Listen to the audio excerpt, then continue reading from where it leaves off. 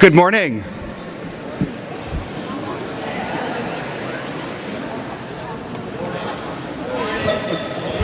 Hey, good morning, everybody. My name is Matthew Hughes. I'm the President and CEO of the World Affairs Councils of America, and it is such a privilege to welcome you to Washington, D.C. Give yourselves a round of applause.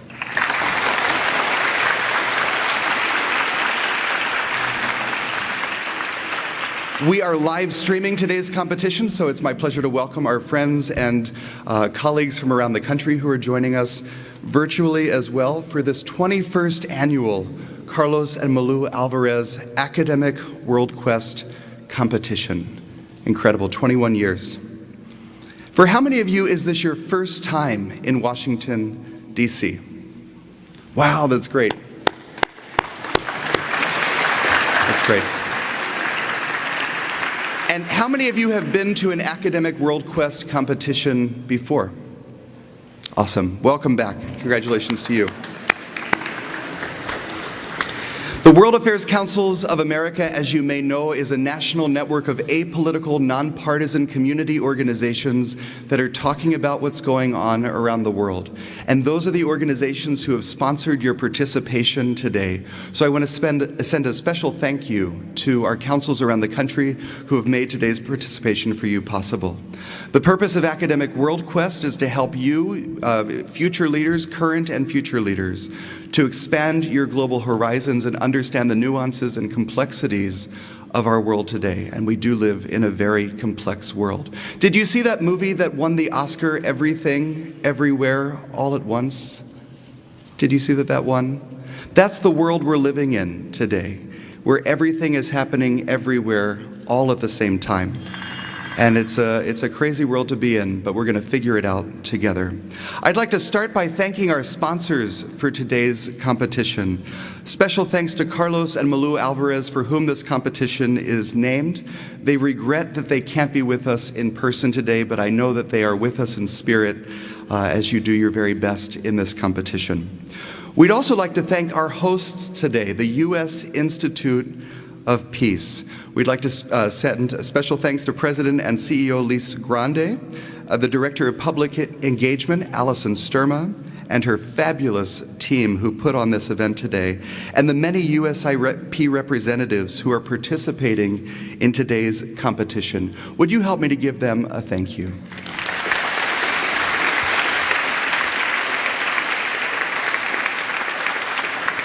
We have a number of other sponsors for this year's competition: the International Labor Organization Office for the U.S. and Canada, Johnson & Sterling, and the Foreign Policy Association, which produces the annual Great Decisions materials that you've reviewed for today. I'd also like to send a special thanks to our staff team at the World Affairs Councils of America and the volunteers who made today's event special. And in particular, I'd like to call out Kayla Ryder, our Global Education Coordinator, for her work today.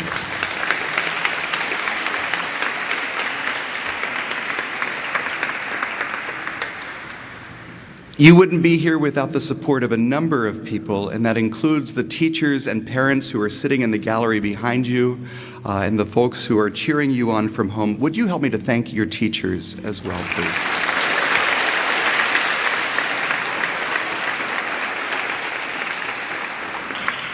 Most importantly today, we hope that you'll have fun. We know that you recognize how serious the issues and topics that you're learning about are.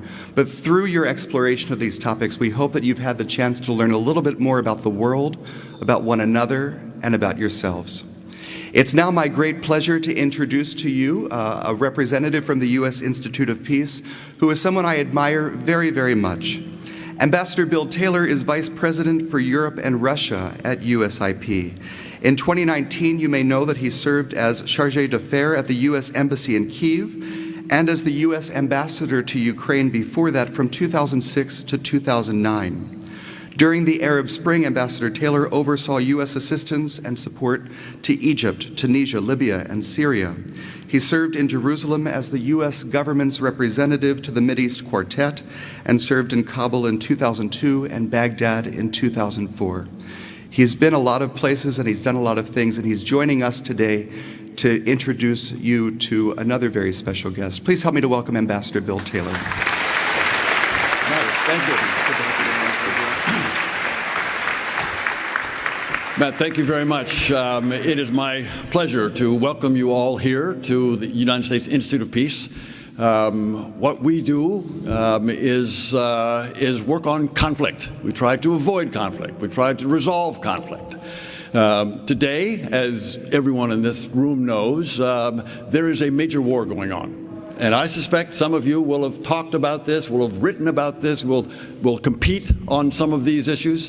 The Russian invasion of Ukraine that started in 2014, that intensified last year, is the conflict of your generation, of my generation, of the world today. So this is what we're focusing on. I'm glad to hear you are having this conversation. I've been lucky enough to join many of you and many of the World Affairs Councils around the country. I know the kinds of work you do. I know that you're focused on the important issues of today.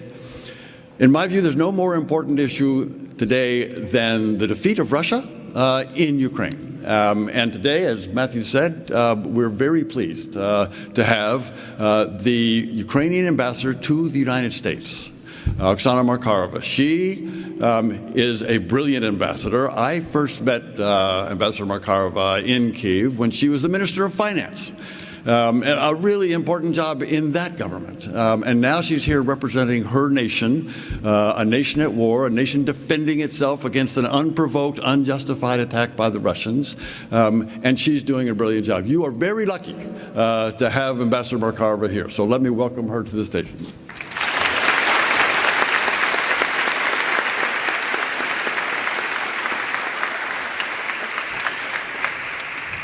Thank you, Ambassador William. It's actually I am who's lucky to be here with you. What a great honor to address you just before you will start your excellent competition. Why is it important? Why all the issues that you studied so hard and you will now show all that knowledge during the quiz? Why is it important? Why is it important to know what happens in Ukraine now? And why is it important for Ukraine to win this war? Because in today's world, everything that we have, the wealth of the countries, the wealth of this great country, the wealth of Europe, the development, the innovations, is based on peace. On the fact that after World War II, the last large war, all of us were able, as human beings, to put together some institutions that worked to prevent wars and worked to prevent conflicts. Now, not always successfully, but last year, a large nuclear autocratic country, Russia, attacked a peaceful neighbor, us. Unprovoked, unjustified, no reason, just because the people of Ukraine regained independence in 1991, after we fought for it literally for centuries, so it's very much anti-colonial war for us. And we started building our own country, wanted to be part of Europe, wanted to be part of democratic world, because democracy is what Ukraine is, just wanted to be free, wanted to have fun, wanted to elect our officials and change them on a regular basis, like you do here in the United States. And soon all of you are going to be voting, not only participating in these wonderful competitions. And that was the only risk, if there is a risk, that we posed to Russia. And they decided to attack us. And with that attack, and I know some of the subjects you will have today is based on this battle of the century, as the quest called it. It is a battle of the century because it's existential for us. For Ukraine to win this battle means to preserve our country, to save the people, to stop the atrocities that Russia is doing. But it's also to restore the world as we knew it, the international order, the United Nations Statute, which says that every country has the right to be intact within its internationally recognized borders. So we are fighting now, and kids like you are helping in Ukraine right now, not only to study and learn for the future of Ukraine, but also to fight. And sometimes they're victims of this horrible war, more than something that we never thought it would we see in the 21st century. But at the same time, kids like you also come here for the competitions because it's very important. And I'm very glad to be here with a room full of future leaders, because this is who you are. In 20 years, you will be standing here addressing next people in the room. You will be taking decisions that will hopefully lead us to a much better and safer world. And I just want to wish you luck in this competition. I know there are people here who are more worried and more even excited than you. It's your parents and your teachers. Thank you very much for supporting your kids. It's very important. And for all of you, please remember to tell your parents that you love them. It's very important. But just to finish, you can be anything. You already are smarter than even many adults. Just dream big. Don't let anyone tell you that there is something you cannot do. A lot of people told Ukraine that we will fall in 3 days. A lot of people told Ukraine that we will not be able to fight with a much larger country. But if you believe in something and if you love what you do, you can be anything and you can achieve everything. So good luck, have a great day, and to be here in the Institute of Peace with the World Affairs Council is very meaningful because it merges the notion of how important the international affairs with the notion of peace. And peace is something that we have to fight for and pursue it, and we can reach it together. So God bless you all, and good luck with your competition.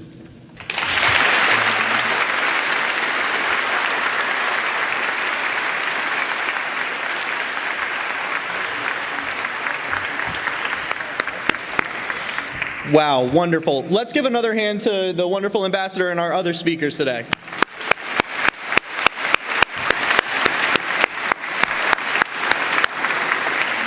Fantastic. Welcome, everybody, to the Academic WorldQuest 2023, the fastest game on the planet. My name is Josh DeCruz, and I'll be your host for today. Just a little bit about me. Don't want to talk too much about me because the focus today is you all, your brilliant minds, and the study of all of these wonderful and interconnected issues. I am a recent graduate from Georgia State University, the Harvard of the South.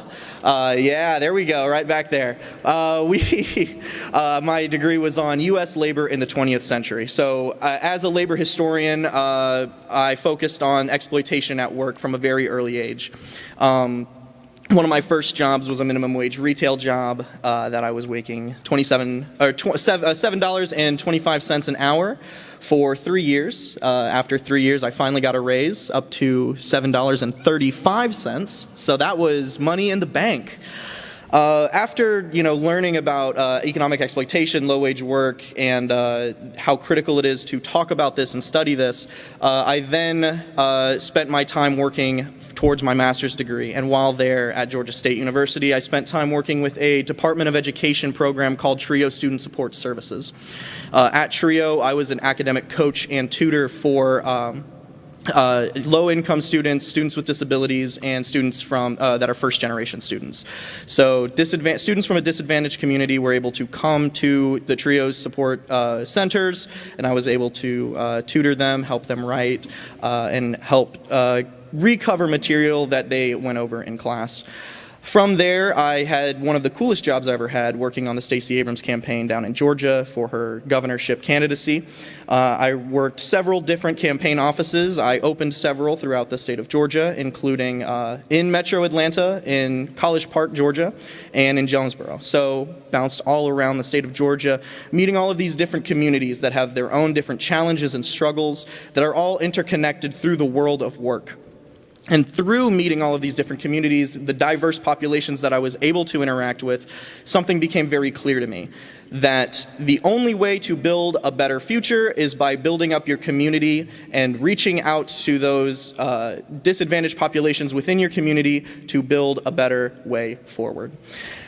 The work that I've been able to do with the International Labor Organization, overseeing our strategic outreach and engagement, has been wonderful. As one of the oldest branches of the United Nations, I have been meeting with several different important individuals throughout government and several different business leaders, the World Bank, and several other organizations.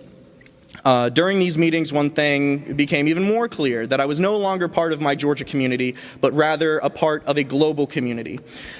And this global community is what we are talking about today, taking a look at how our global community needs to come together to support one another through the academic WorldQuest 2023, baby! So who's ready for some questions? Yes, sir. But before we get into the questions, of course, I need to explain to you how to play the game. The academic WorldQuest is made up of 10 rounds of 10 questions each. As each question is displayed on the screen, it will be read aloud by myself or one of our round representatives. You will have 45 seconds to answer from the time the slide appears. There are 10 rounds. Again, there are 10 rounds of 10 questions each. Answers are recorded on an answer sheet, and you have 45 seconds to answer each question starting from when the slide is changed. Answer sheets, of course, will be collected after each round. On each table, you will see a list of colored answer sheets that coordinate with each round. Please use these to write down your answers, and each team should already have a team captain designated. If you do not have a team captain designated, please do so now. I will take a short pause to allow that conversation to happen. Excellent. At the end of each round, a bell will sound. This is our way of saying, is this your final answer? You will then have 1 minute to complete your answer, and then the team captain will fold the answer sheet in half and raise it for our collectors to pick up. After the second bell, no more answer sheets will be accepted.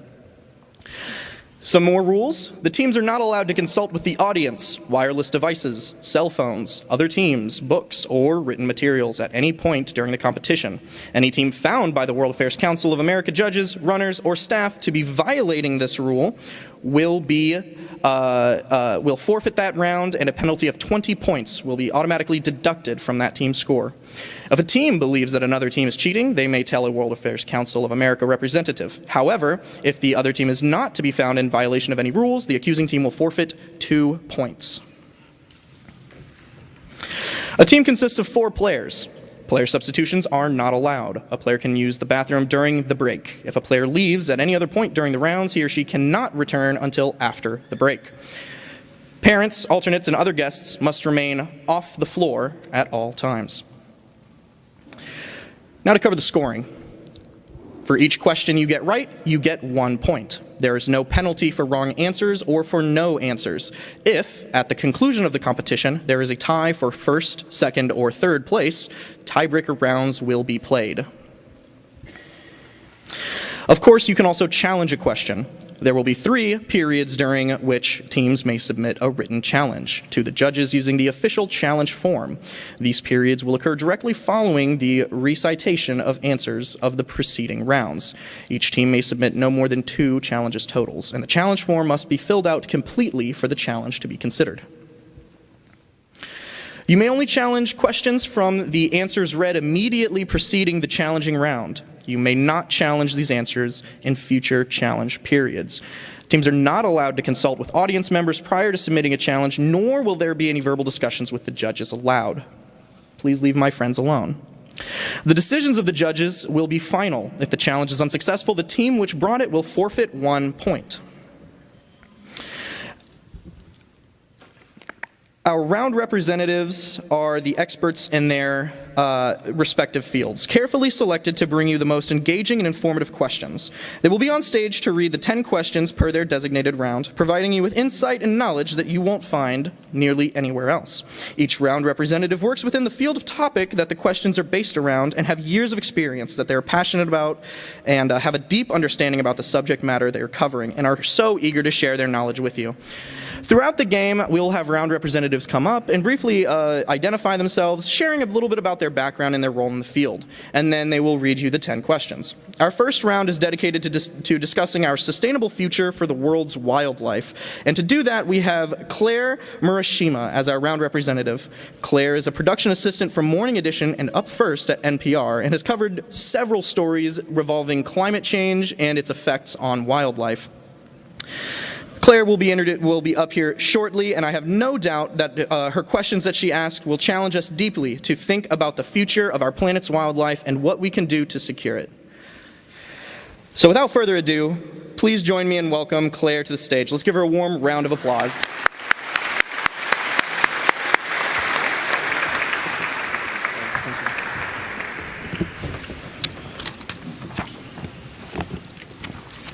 Hello, my name is Claire Murashima, and I am a production assistant at NPR's Up First and Morning Edition. Over the past few years, we've really been increasing our climate coverage just to raise awareness in the public about the climate crisis that is happening, and this is something that's near and dear to my heart. You might also know me from TikTok. I make day-in-the-life vlogs about what it's like working as a semi-nocturnal journalist, and I wake up at very odd hours, sometimes at like 2:30 in the morning. Today I woke up at 2:30 in the morning because that's when our live show airs, and I'm excited to be reading these questions. So let's get into it. All right. This area is introducing the Hermandad Reserve as the latest conservation initiative to protect its natural wildlife for future generations. A. Pingüino de Humboldt. B. Great Barrier Reef. C. Fernando de Noronha. Or D. Galapagos Islands.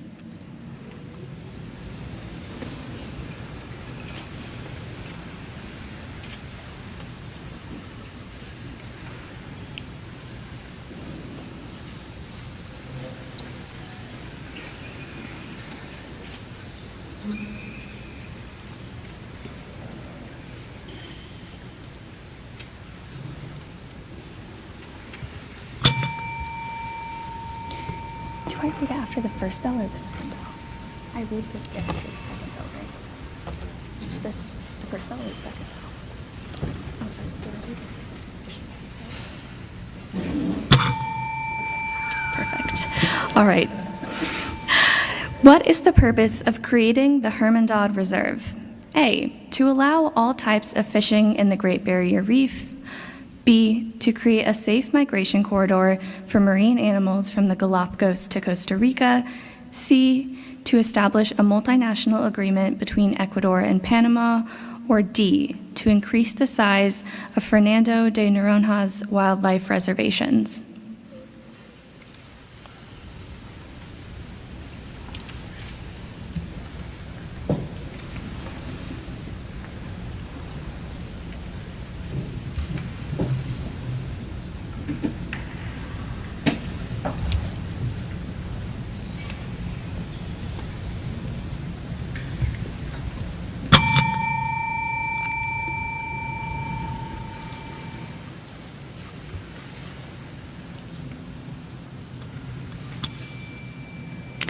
This new method of wildlife conservation used data found in New South Wales, Australia, and New Zealand, but studies found that it would not be sustainable, and instead, the focus should be on already existing conservation methods.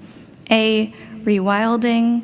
B. In situ conservation. C. De-extinction. Or D. Ex situ conservation.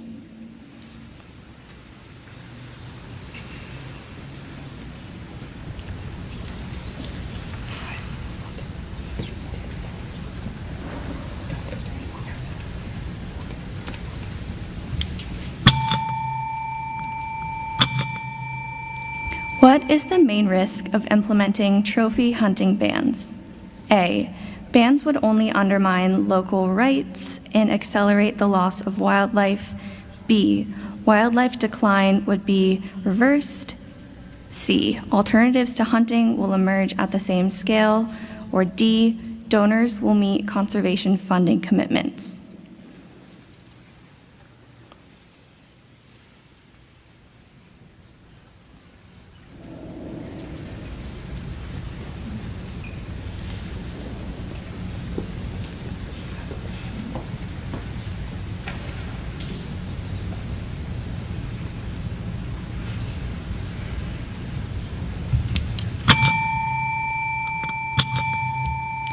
What is the first component of the ecosystem restoration target included in the first draft of the post-2020 Global Biodiversity Framework created by the United Nations parties to the Convention on Biological Diversity?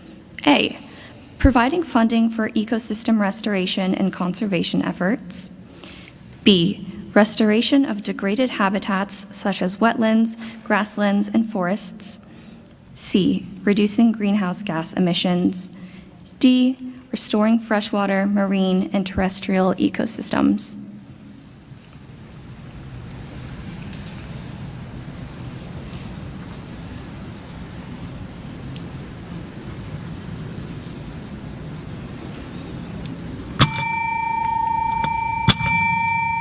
According to Yale's Bringing Back the Bees article, which of the following is the primary difference between bison and cattle in terms of ecosystem preservation?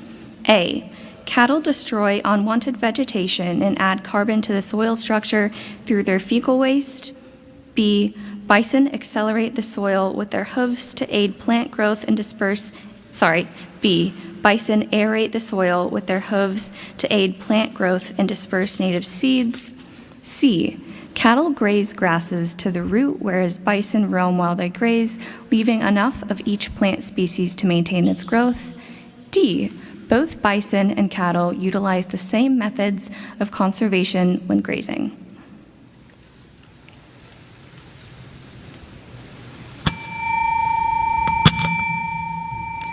Researchers identified 30 priority ecoregions on 5 continents that meet key criteria for reintroducing large mammals into the wild.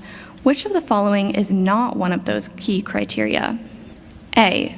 Country containing an ecoregions of reintroduction has strict conservation law. B. They lack no more than 1 to 3 of the large herbivores and predators historically present. C. Provide an extensive habitat, or D, feasibly be restored in the coming decade.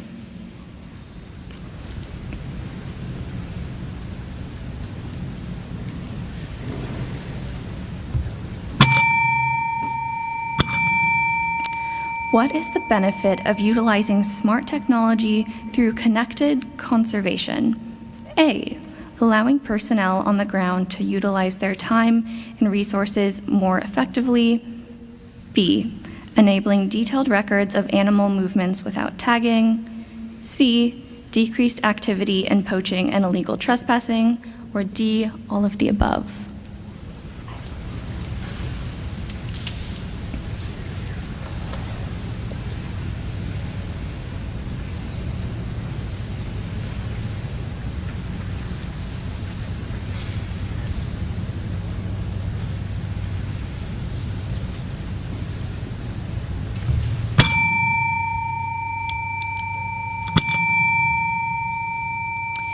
This meeting of government officials signed off on targets under the 3 aims of the CBD: conservation of biodiversity, sustainable use of biodiversity, and the fair and equitable sharing of the benefits arising from the use of genetic resources.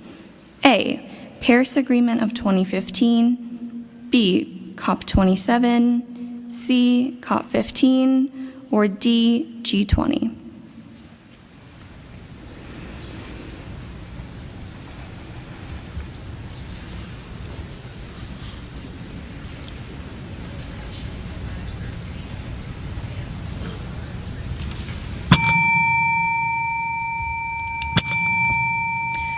Okay, and last up we have, what is not one way that the consumption of hygienically butchered and inspected wild meat may enhance conservation by improving habitat quality?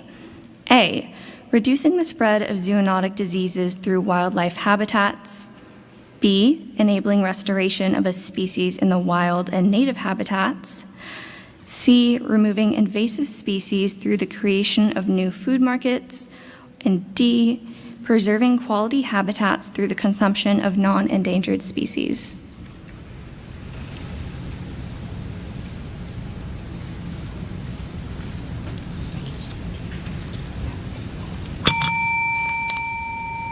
All right, and this concludes round 1.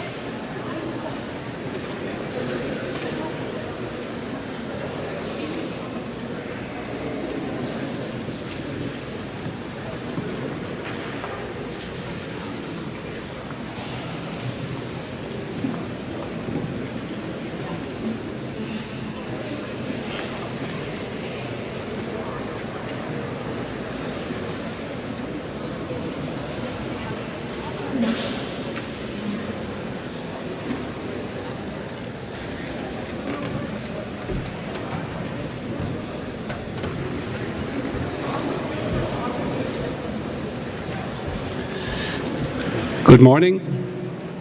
Are we all set with the answers? Okay, great. Hi guys, I'm Thomas Larsen. I'm the Minister Counselor at the Royal Danish Embassy here in Washington D.C.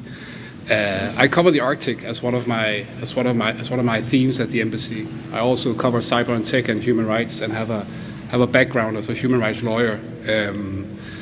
I started working with the Arctic because I lived in Greenland for 2 years, where I was a judge assistant. And if you ever have a chance to go to Greenland or the Arctic here in the U.S., Alaska, I would recommend you guys going. It's wonderful, it's raw, and it's beautiful. As you can see, I brought the Danish weather with me here. So it's raining, and this is like a beautiful spring day in Copenhagen, to be honest. And I did this all for you guys, because you have to sit here all day, and I thought it would be a shame if the sun was shining. So please thank the Danish government for this. Now we'll get started. I guess you guys are into the drill now. You know how it works. So good luck, guys. Let's take the first question. Following the boycott from the 7 Western members, this proposed international body would replace the Arctic Council without Russia. A, the Union of the Arctic States, B, Nordic Plus, C, Council of the Arctic, or D, the Nordic Assembly.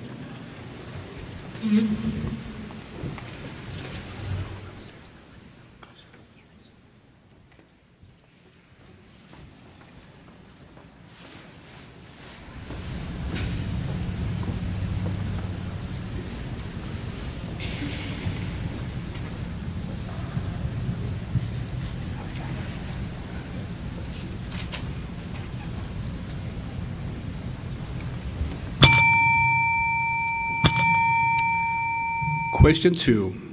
At the 2021 Arctic Council Ministerial in Reykjavik, Russian Foreign Minister Sergei Lavrov supported discourse on which of the following? A, economic sphere, B, governance sphere, C, military sphere, or D, natural resource sphere.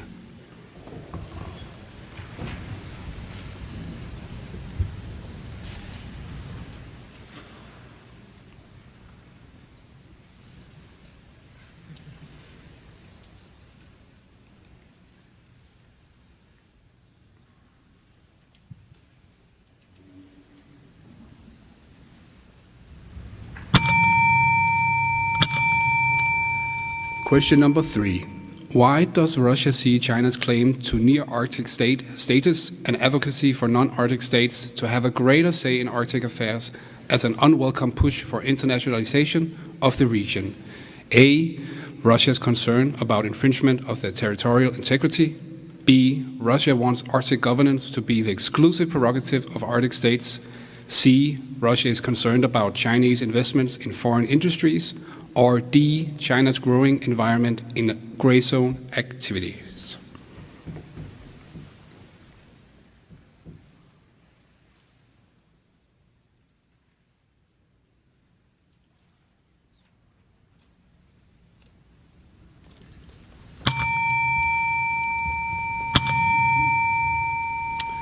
Question 4. Why did Nikolai Kuchenov, a senior Russian official in the Arctic Council, have reservations about the entry of Sweden and Finland into NATO? A, Sweden and Finland would need more support to deal with Russia's military presence in the region. B, Sweden and Finland would be more willing to share their natural resources with NATO. C, Sweden and Finland would not be as committed to sustainable development in the Arctic. Or D, it would lead to adjustments in Arctic cooperation.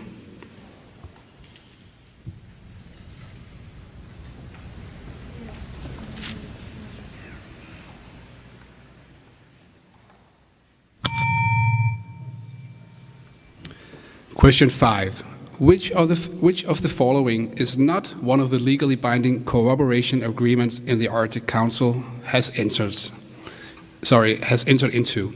A, search and rescue. B, preparedness cooperation in the case of oil spills in Arctic waters. C, protection of indigenous groups. D, research cooperation.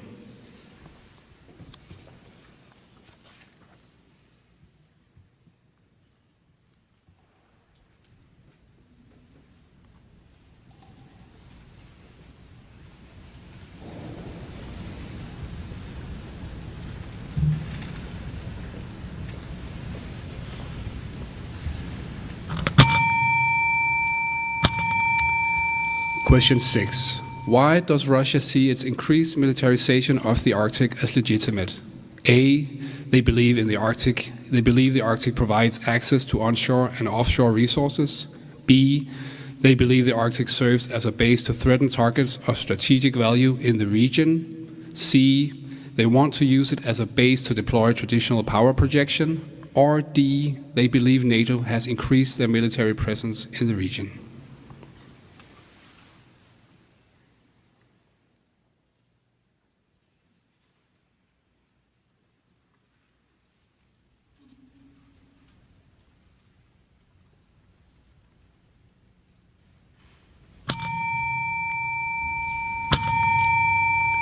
Question 7.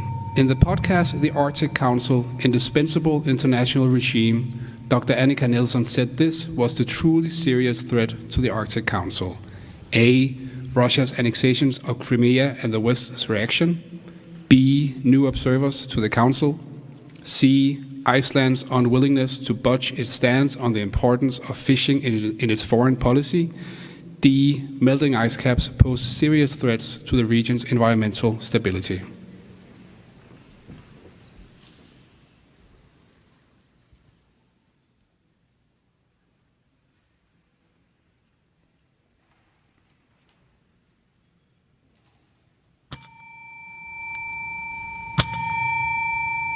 Question 8.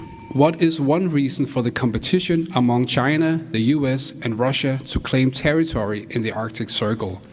A. They are looking to build new military bases in the region. B. They want to establish new trade routes through the Arctic Ocean. C. There's a surplus of natural resources in the region. D. Melting polar ice caps have made previously inaccessible territory available for countries to claim.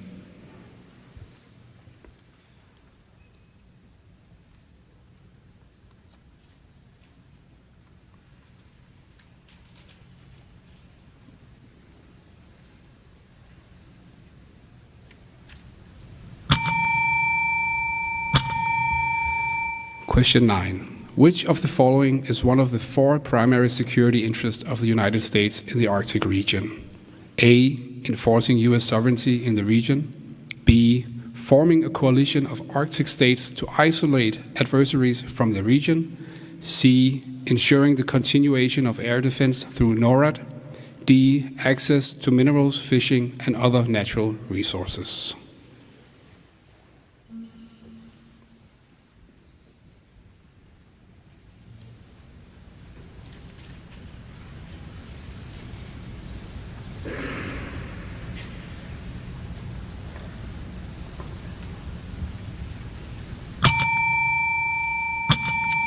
And the last question, number 10.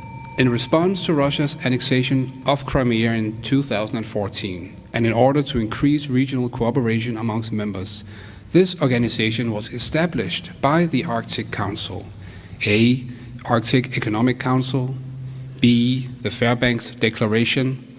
C. Arctic Coast Guard Forum. Or D. The Ilulissat Declaration.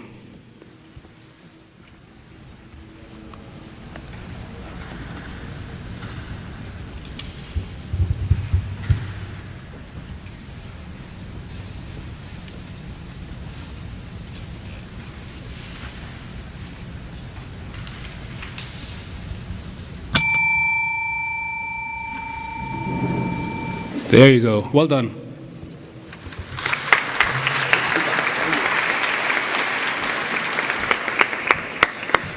Let's keep it going for our host. Thank you very much. That's me. Keep clapping for me. No? Come on. Yeah, thank you. Thank you. Thank you. Also, give it up for Thomas. Those were great questions. Thank you very much for coming out. Those questions were ice cold, huh? Yeah, thank you. I appreciate it. Thank you. Yeah. While we are collecting the answers from the previous round, I do have a quick announcement from the World Affairs Council of America. If you are going to change your answer, please be very clear about which your new answer is by crossing out with an X your previous answer. Okay? Thank you, guys.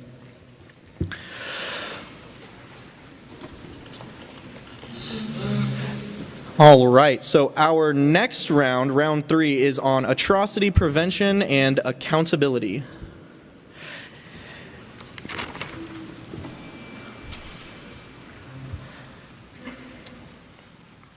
All right, please welcome the stage the individual who will be providing all of the questions for you, who will be introducing herself momentarily. Thank you guys very much. I'm sure they never could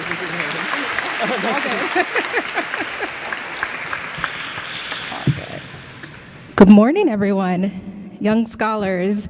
My name's Anita, surname Thompson. I work with the the Global Campus program here at the U.S. Institute of Peace. I'm really excited to be reading round 3 questions to you all today. But just a little bit about myself and our program. We manage the online learning initiative, so if you have not yet accessed our online learning resources, please do so. You can find more information on that on usip.org. You all look really excited to continue this competition, right? All right. Give yourselves a round of applause for sure. Okay, all right. We'll start off with question 1. This policy initiative is a framework that provides lessons learned and principles for how to best leverage U.S. diplomatic engagement, defense professionalization, capacity building, and foreign assistance to stabilize conflict-affected areas, U.S. strategy to prevent conflict and promote stability, stabilization assistance review, U.S. democracy and human rights agenda, interagency counterterrorism resources and policy review.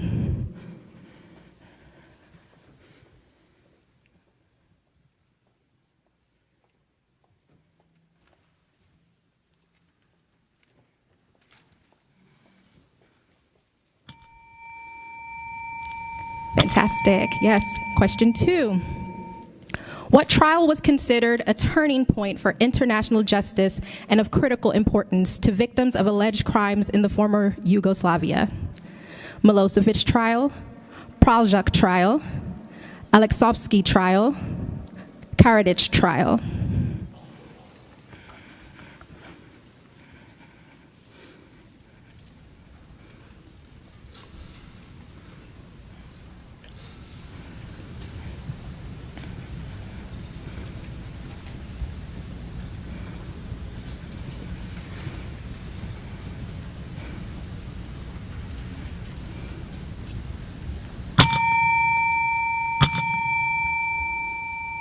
Question 3. A USIP article on prevention strategy specifically said that consultation with whom is central to the U.S. strategy to anticipate, prevent, and respond to atrocities. Women and children, vulnerable communities, indigenous peoples, local authorities.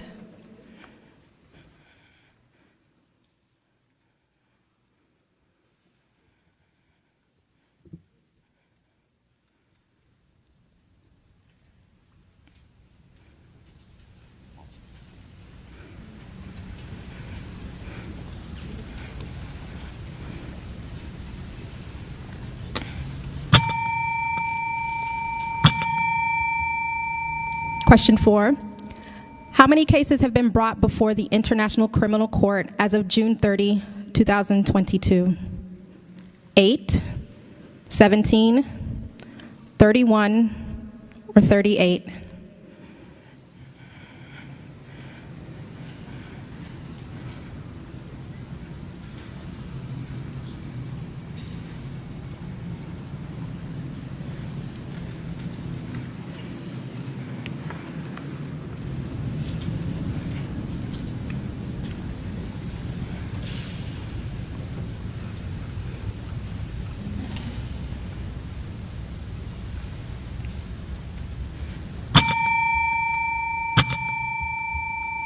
Question 5, what does the People's Under Threat Index highlight?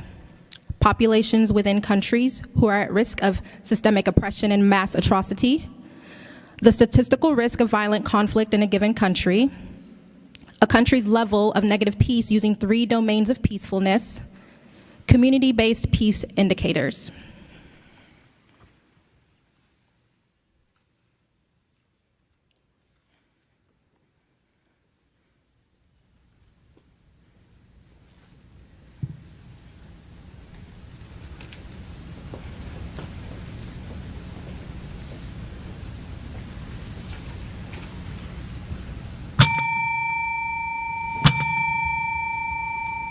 Question 6. Which of these is one of 5 structural factors identified at the root of mass atrocity risks in Papua New Guinea? Exploitation of natural resources, poverty, intrastate conflict, or extremism?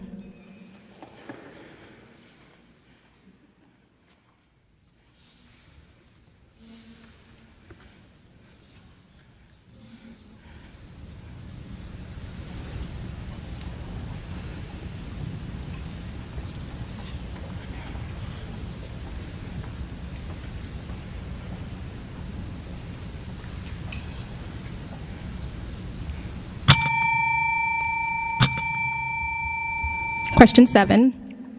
Which of these is one of the 4 types of crimes as defined by the United Nations International Criminal Tribunal for the former Yugoslavia? Violations of law or customs of war, mass destruction, exploitation, land grab/annexation of territories.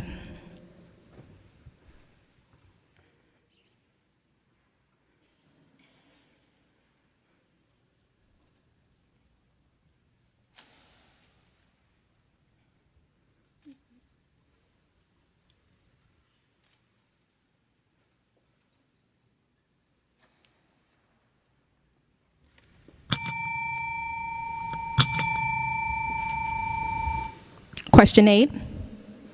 Social media disinformation, SMD, is defined as the subset of intentionally shared misinformation, false or misleading information shared on media platforms, sustained campaigns usually organized by states, parastatal entities, or organized non-state actors, robust campaigns by social media influencers.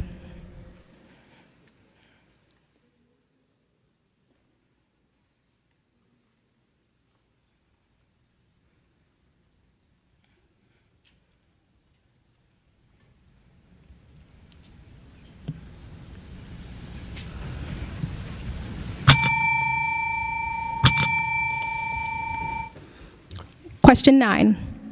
What are the working languages for the International Criminal Court? English and French, English and Arabic, English and Russian, English and Spanish.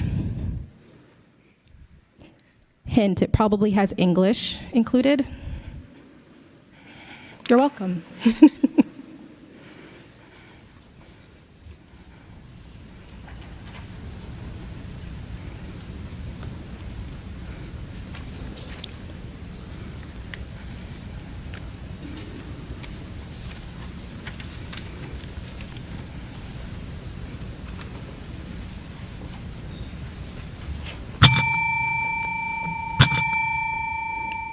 And question 10, this country was the first country to have launched structural investigations related to Syria. Germany, Denmark, the United States, or Sweden?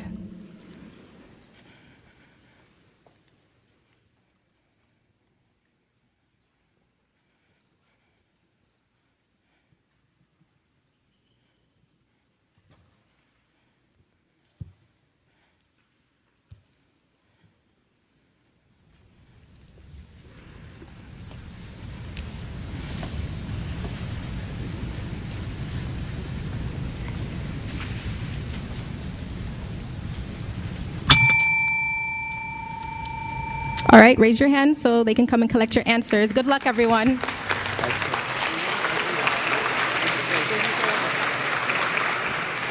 All right, everybody, let's keep it going for Anita. Those are some great questions.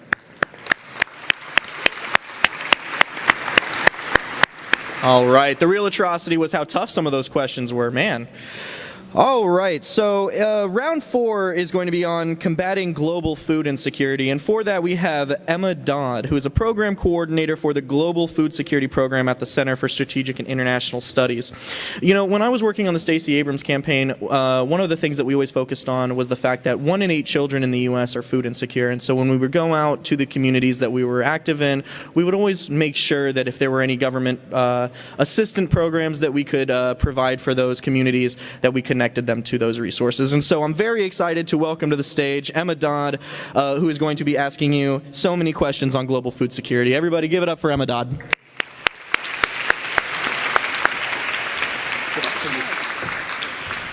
Good morning, everyone. First, I just wanted to offer a sincere congratulations for being here today and wish you the best of luck in round 4, combating global food insecurity. I think you gave me a pretty great introduction, so let's just get into it. Question 1, which of the following best explains why adding additives to food is important in regard to ending global hunger and increasing food security?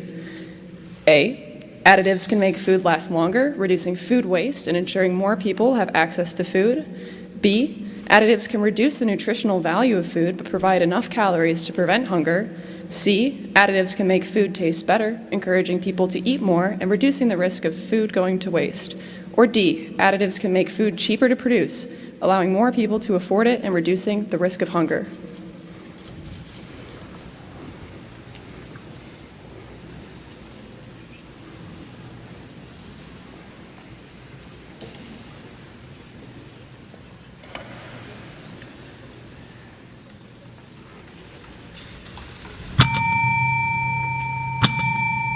Question 2, what initiative already implemented did the G7 commit to building on to establish alternative routes for agricultural exports in their commitment to the Global Alliance for Food Security? A, the Asia-Africa Growth Corridor. B, the EU Solidarity Lanes. C, the Trans-Pacific Partnership. Or D, the Belt and Road Initiative.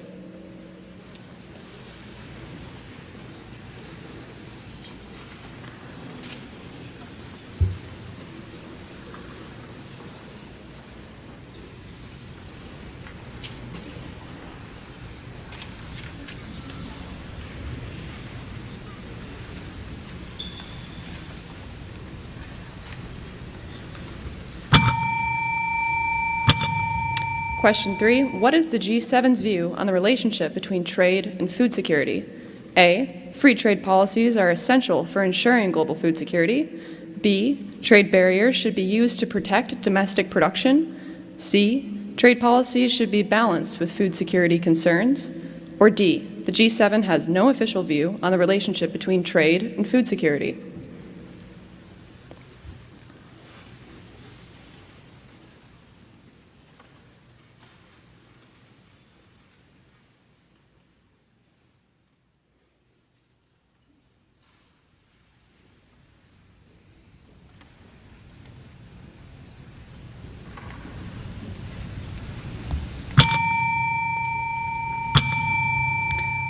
Question 4, what is the main reason why greenhouse farming improves food security in Cameroon?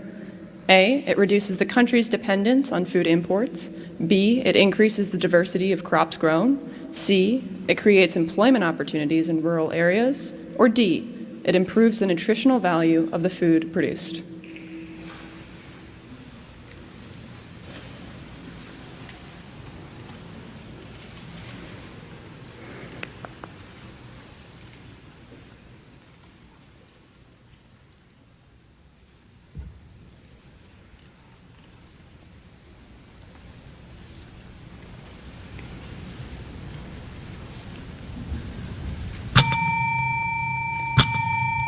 Question 5, what measure did the World Food Program increase by 40% from 2020 to 2021 to alleviate pandemic malnutrition?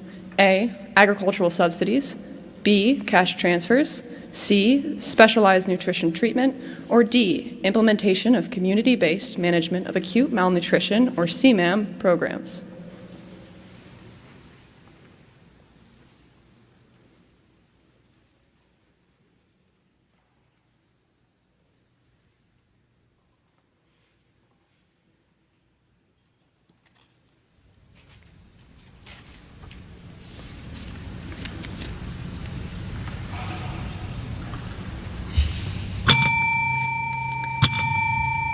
Question 6, which of the following can help reduce the issue of food insecurity in Southeast Asia, primarily India, caused by the cost of food? A, investing in education and training programs to promote healthy and sustainable food choices and reduce food waste. B, expanding food subsidies to low-income households to improve access to affordable, nutritious foods. C, privatizing food production and distribution to increase competition and reduce costs. Or D, reducing government regulation on food production and distribution to decrease prices and encourage innovation.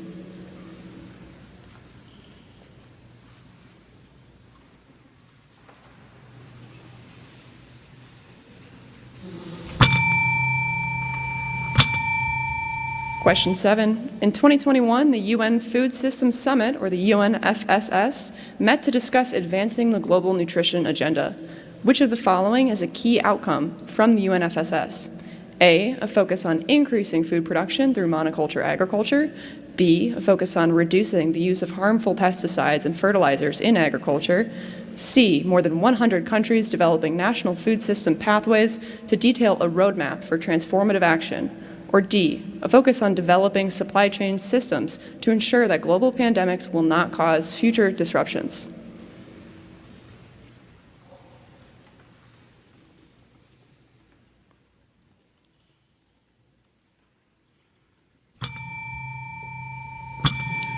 Question 8. What is one of the main obstacles to accessing nutritious foods in both rich and poor countries? A, lack of availability of healthy foods. B, lack of awareness of healthy eating. C, high cost of unhealthy foods. Or D, low disposable income relative to high food costs.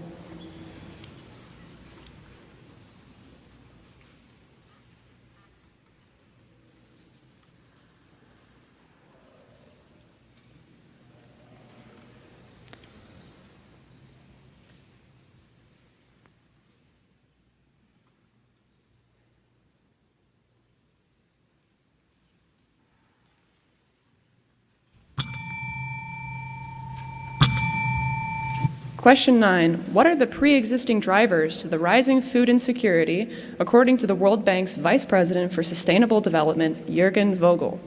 A, COVID-19 and conflicts. B, extreme weather events and pests and diseases. C, conflicts, extreme weather events, pests and diseases. Or D, economic instability and government corruption.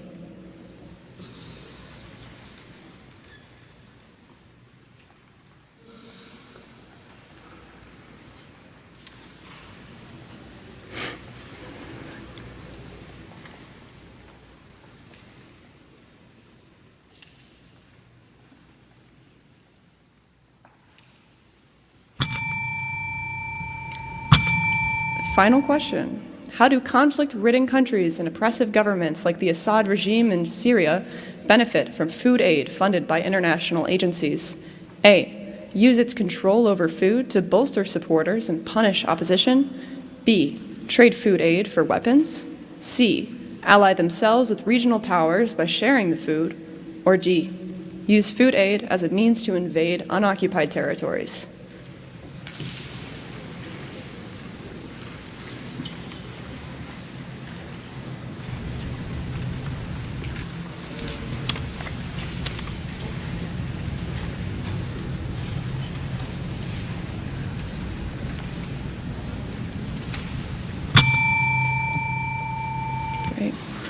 That is the end of round 4. Best of luck on the rest of the competition. Congratulations.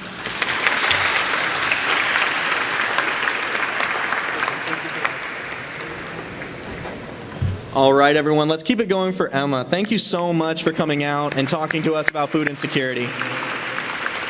Great. Okay, fantastic. So I've actually just been informed by the U.S. Institute of Peace that I can't just leave my car on the front lawn, so I'm going to have to take a 10-minute break and go move that car. So while I'm gone, if you guys want to go take a bathroom break, please do so now. This is also the time for any alternate changes as well. I'll be back up here shortly to continue the competition and provide the answers from the last rounds. Thank you all so much, and see you back in 10 minutes. I repeat, see you back in 10 minutes.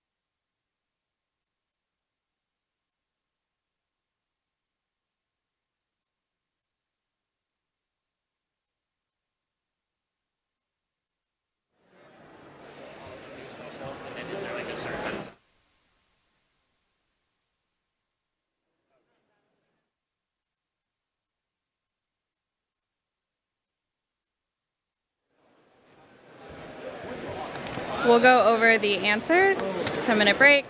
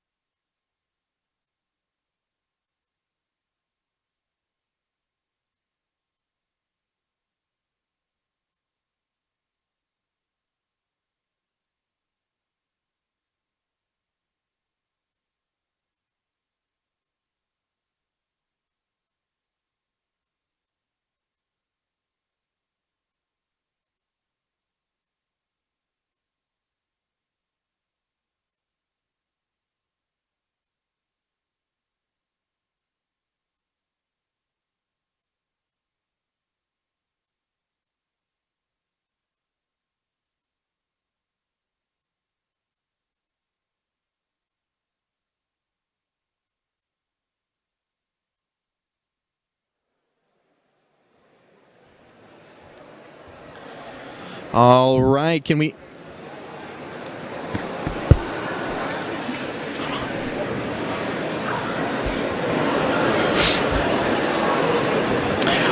All right, everybody, if we can find our seats, the break is over. I will ask everybody in the gallery to please find their seats as well, as I will be going over the answers for rounds 1 through 4. So for round 1, we're going to start with securing the future of the world's wildlife. So question 1, this area is introducing the Hermandad Reserve as the latest conservation initiative to protect its natural wildlife for future generations. The answer was D, the Galapagos Islands. Number 2, what is the purpose for creating the Hermandad Reserve? The answer is B, to create a safe migration corridor for marine mammals from the Galapagos to Costa Rica.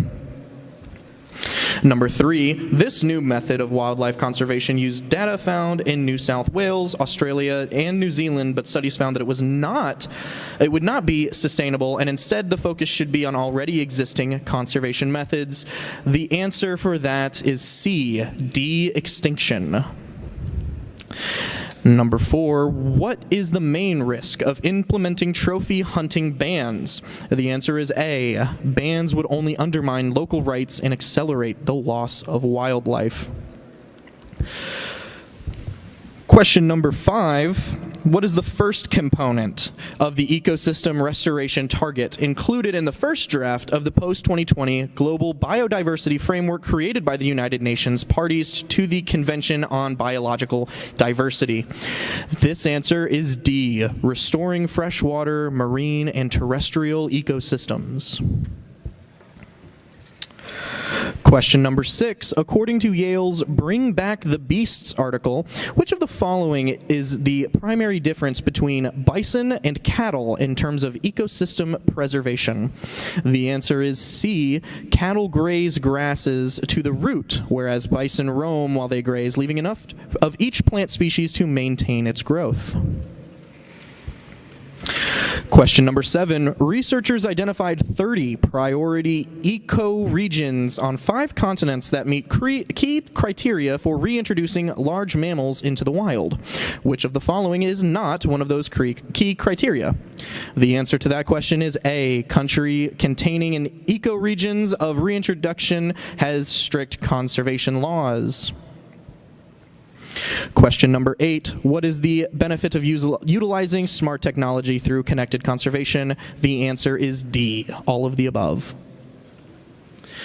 Question number 9, this meeting of government officials signed off on targets under the 3 aims of the CBD, conservation of biodiversity, sustainable use of biodiversity, and the fair and equitable sharing of the benefits arising from the use of genetic resources.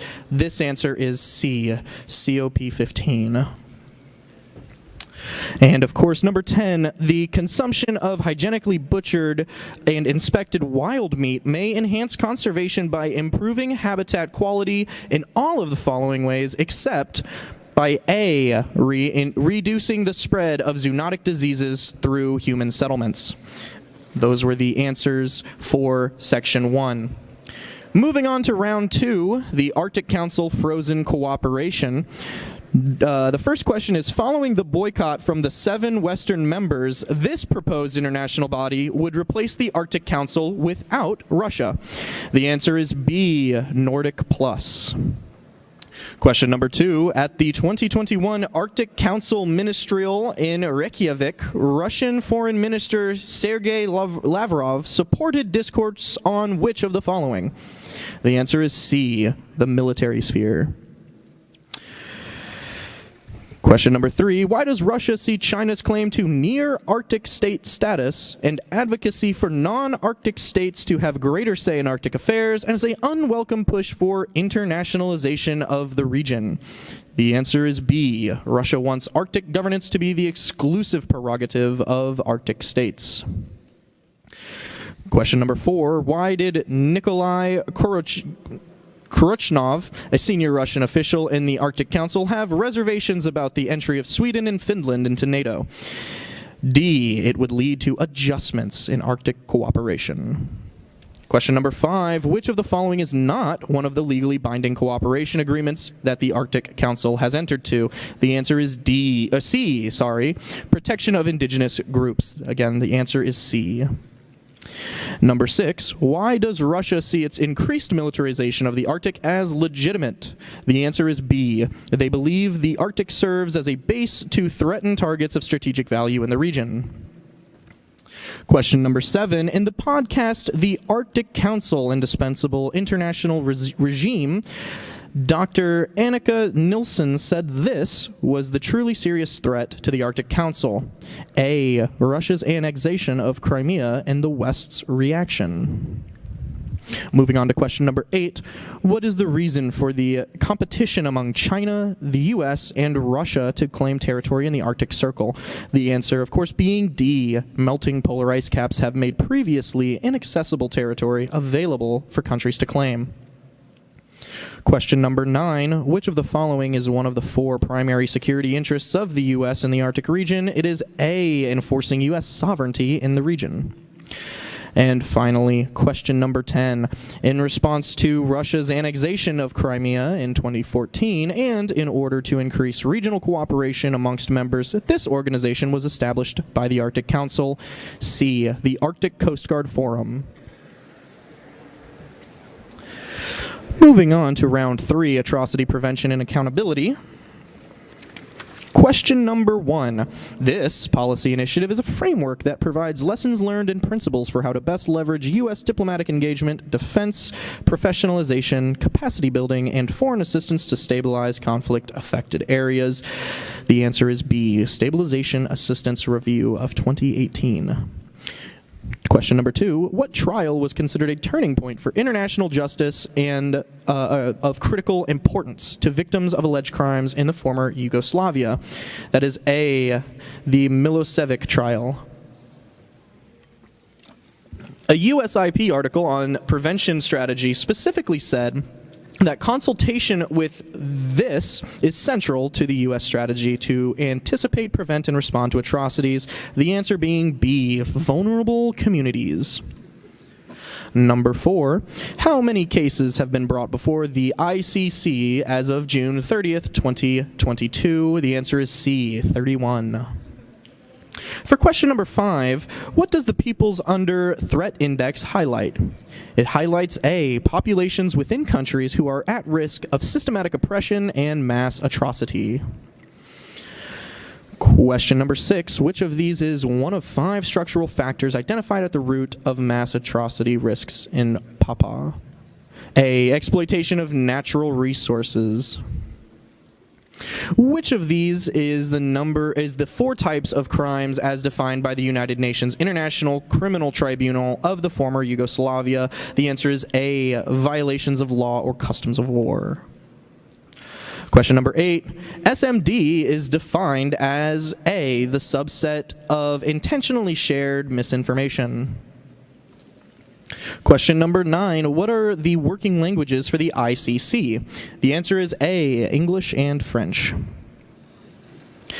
Question number 10, this country was the first country to have launched structural investigations related to Syria. The answer is A, Germany. Moving on to round 4's answers, combating global food insecurity. Which of the following best explains why adding additives to food is important? The answer is A, additives can make food last longer, reduce food waste, and ensures that more people have access to food. Question number 2, what initiative already implemented did the G7 commit to building on established alternative routes for agricultural exports in their commitment on the Global Alliance for Food Security? The answer is B, the EU Solidarity Lanes. Question number 3, what is the G7's view on the relationship between trade and food security? The answer is C, trade policies should be balanced with food security concerns. Number 4, what is the main reason why greenhouse farming improves food security in Cameroon? A, it reduces the country's dependence on food imports. Number 5, what measure did the World Food Program increase by 40% between the years 2020 and 2021 to alleviate pandemic malnutrition? The answer is C, specialized nutrition treatment. Number 6, which of the following can help reduce the issue of food insecurity in Southeast Asia, primarily India, caused by the cost of food?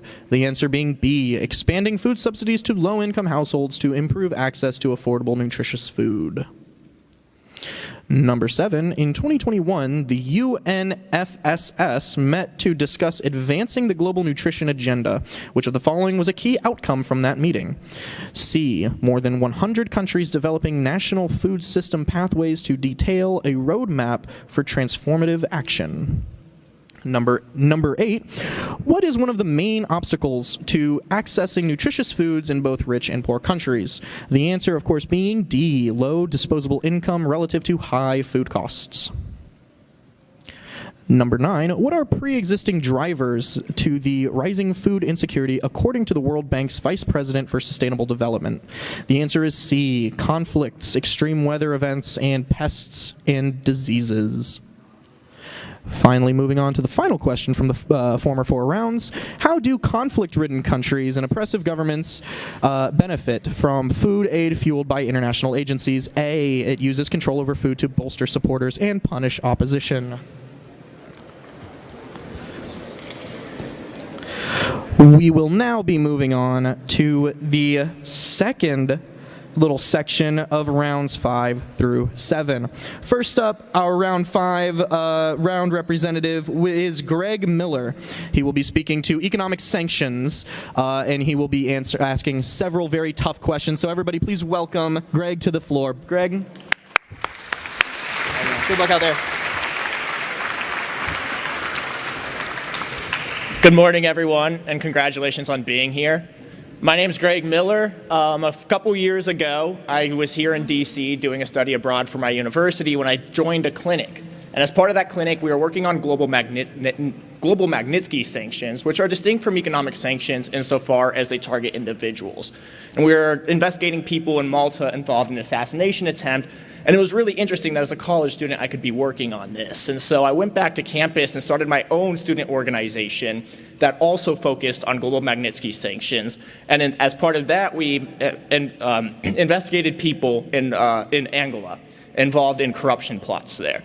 Ultimately, the United States would choose to sanction both of the individuals that we had targeted, both in my time in DC and my time on Notre Dame's campus, and that would land me in the spotlight of one of Notre Dame's commercials as part of the What Would You Fight For series.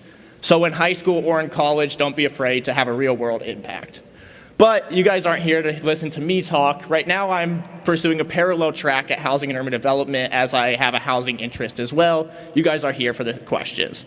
So let's kick it off. Question number 1. The implementation of sanctions is used to demand the target state reverse their policies on all of the following areas except A, increased military proliferation and exercises, B, terrorism and the support of terrorism, C, human rights violations, and D, illegal annexation of foreign territory.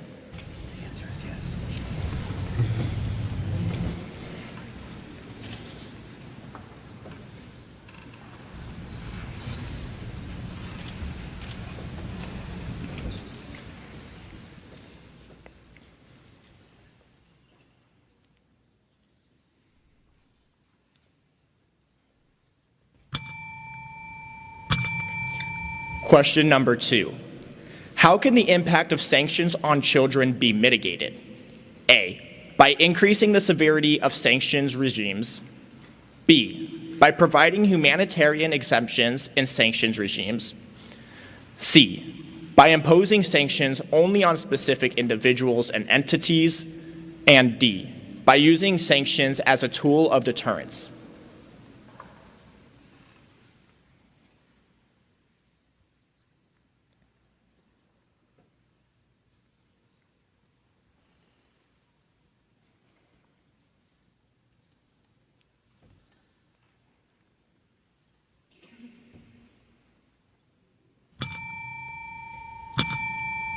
Question number 3.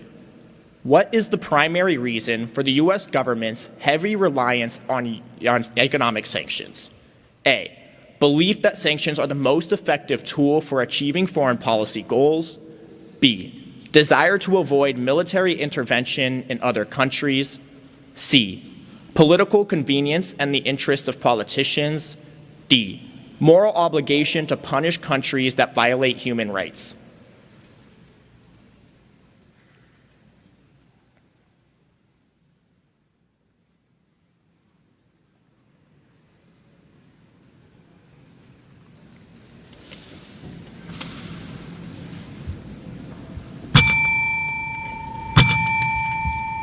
Question number 4. In February 2022, the White House announced that the United States, joined by allies and partners, would impose severe economic costs on Russia in response to Putin's war of choice against Ukraine, which is not a goal of these sanctions and export controls against Russia. A, to limit Russia's involvement in international organizations. B, to isolate Russia from the global finance system. C, to impose severe costs on Russia's largest financial institutions. D, to limit Russia's access to cutting-edge technology.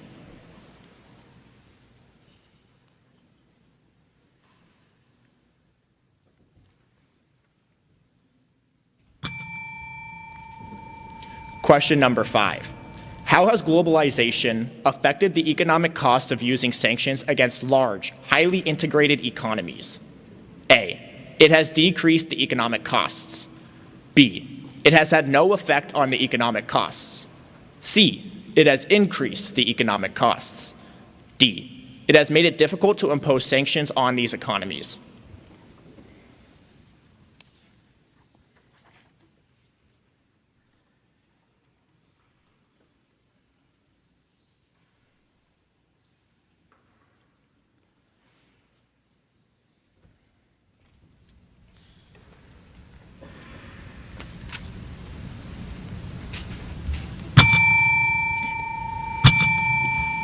Question number 6. Why have net commodity importing emerging markets and developing countries not joined the sanctions against Russia? A, they are at risk of a balance of payment crisis if sanctions on Russia are tightened. B, they are not affected by the sanctions. C, they are concerned at the rise of demand that could occur if these sanctions are put into place. D, they are positively benefiting from Russia exports.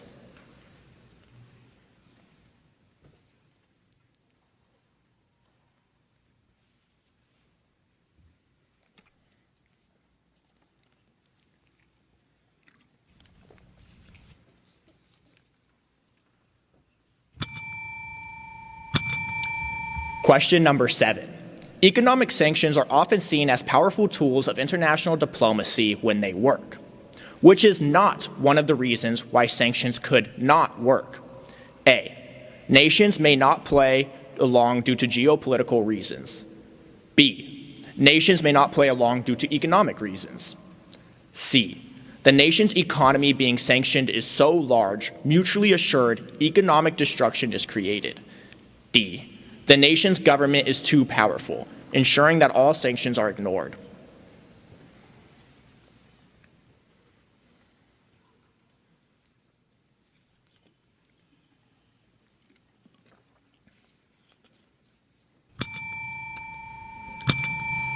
Question number 8. What is one of the reasons why economic sanctions are often used by American policymakers? A, they are easy to implement and require little resources. B, they have strong support from the American public. C, they allow policymakers to appear measured on foreign policy without resorting to military action. D, they have high rate of success in achieving policy objectives.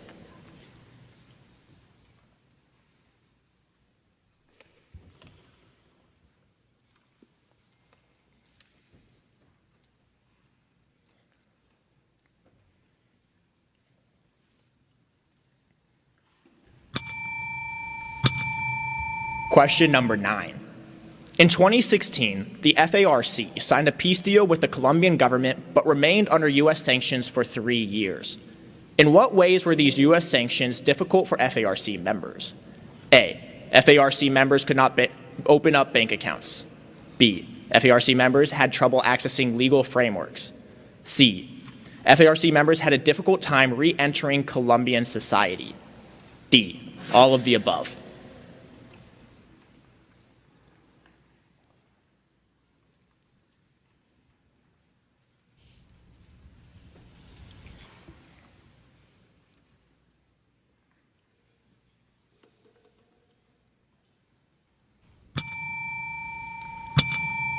Question number 10.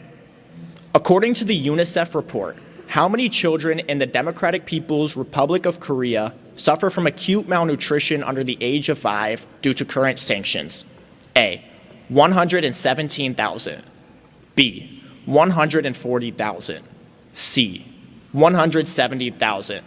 D, 300,000.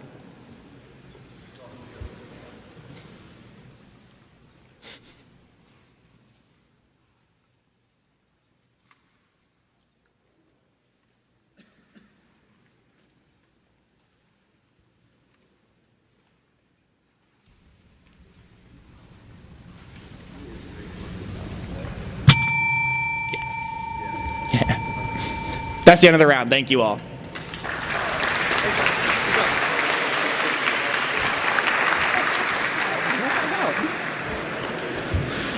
Wonderful. Great. Thank you. Give it up for Greg Miller one more time, everybody. Great questions. Fantastic questions. We are now moving on to the, please fold your answer sheets in half and raise them very high as we are coming back to collect them. We're going to be moving on to our next round, round 6. Some decisions are just decisions, but other decisions are great decisions. To speak more on great decisions, I will be welcoming Matthew McKenzie, from the Foreign Policy Association spring intern to the field to answer some of your questions, to ask some of these questions coming up, and to talk more about some of these great decisions. I can't wait to introduce you to him as we collect the final answer sheets.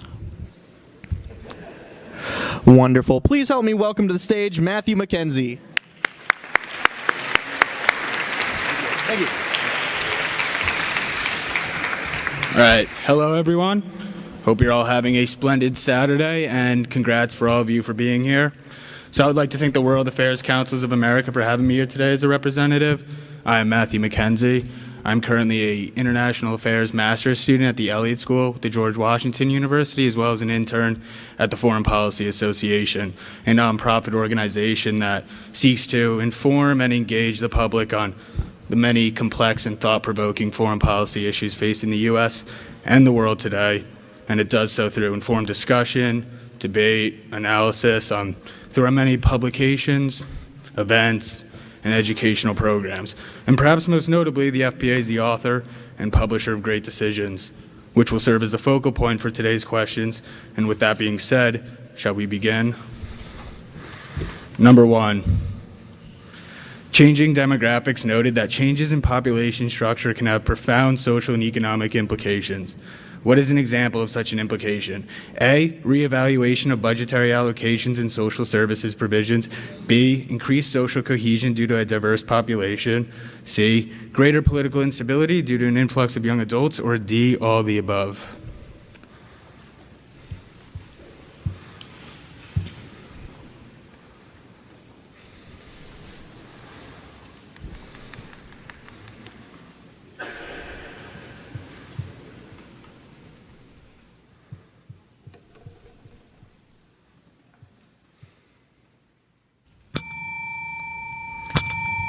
Number 2, based on the article, in which 2 ways has the role and status of women changed due to the 20th century population trends? A, delayed childbearing and decreased cost of living.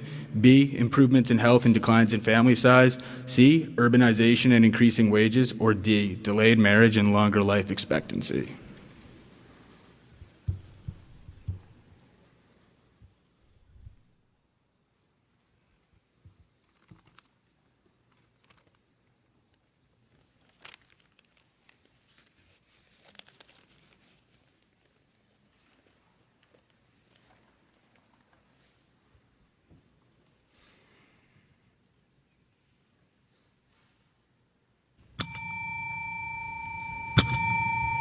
Number 3, The Constellation program was created to establish a sustainable presence on the moon during the Bush presidency, but was later canceled by the Obama administration. What was the primary reason for the cancellation of the Constellation program? A, technical difficulties with the spacecraft. B, cost overruns and budget constraints. C, lack of support from Congress. Or D, safety concerns with the planned missions.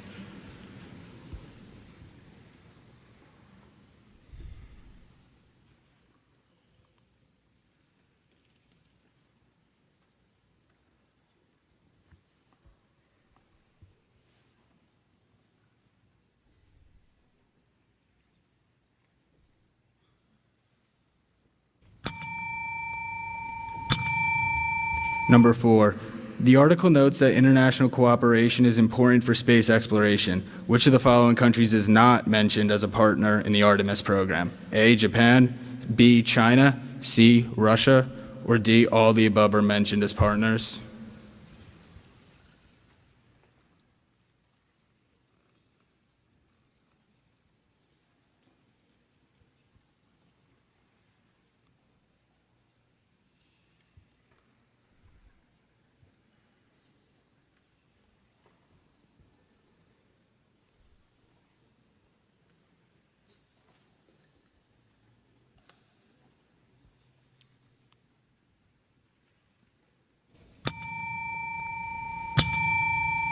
Number 5, war on drugs. What was the main criticism of the Merida Initiative, a U.S.-backed security cooperation agreement with Mexico and Central America?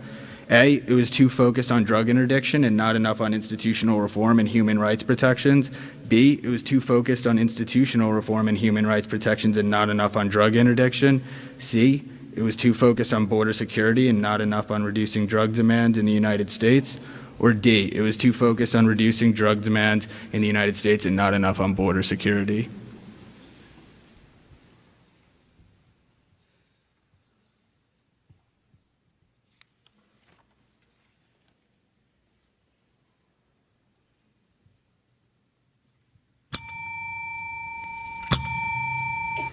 Number 6, this president's national security decision 221 defined drug trafficking as a national security threat. A, Barack Obama, B, George W. Bush, C, Ronald Reagan, or D, Richard Nixon.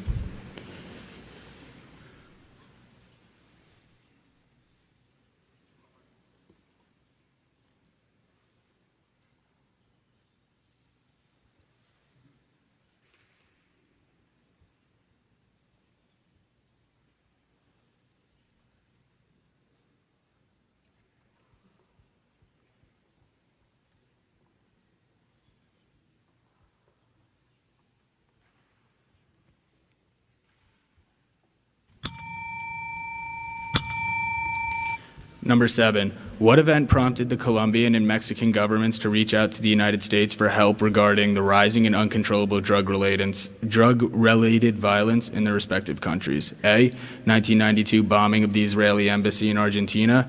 B, 2001 terrorist attacks on 9/11. C, 2000 FARC ambush. Or D, 2003 landmine kills a U.S. Marine.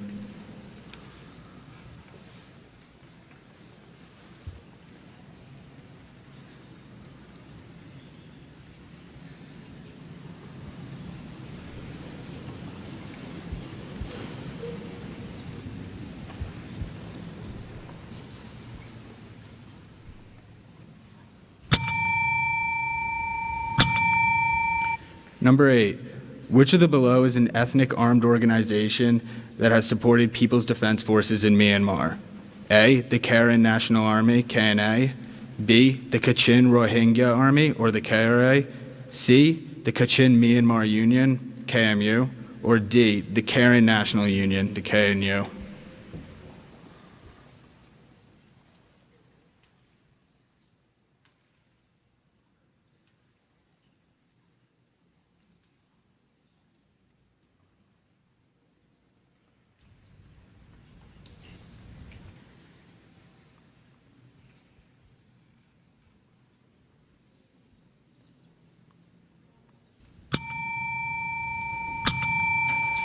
Number 9, what is the significance of ASEAN's decision to not intervene in the Rohingya crisis? A, it demonstrates the organization's commitment to non-interference in member states' internal affairs. B, it shows ASEAN's lack of concern for human rights issues. C, it highlights ASEAN's inability to make significant decisions. Or D, it reflects ASEAN's lack of power to enforce resolutions.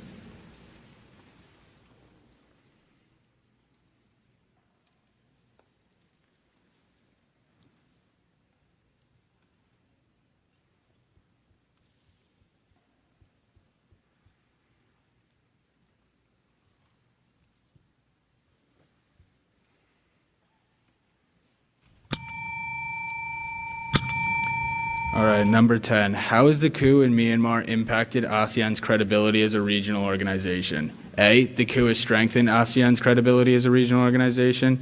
B, the coup has had no impact on ASEAN's credibility as a regional organization. C, the coup has weakened ASEAN's credibility as a regional organization. Or D, the coup has led ASEAN to become a leading example of a regional organization.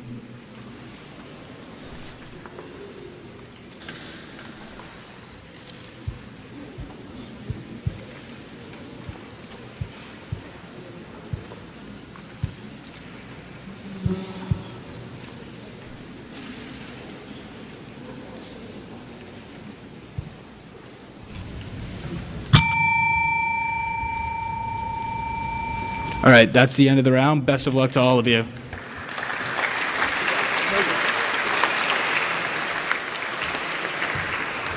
Wonderful, wonderful. Please raise those answer sheets very high as we have Academic World of Affairs Council of America staff coming by to collect them before we begin our next round.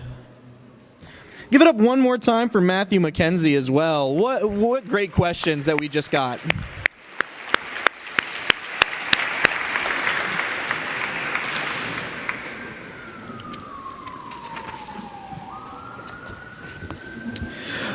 Up next for round 7, the country in focus is going to be Ethiopia.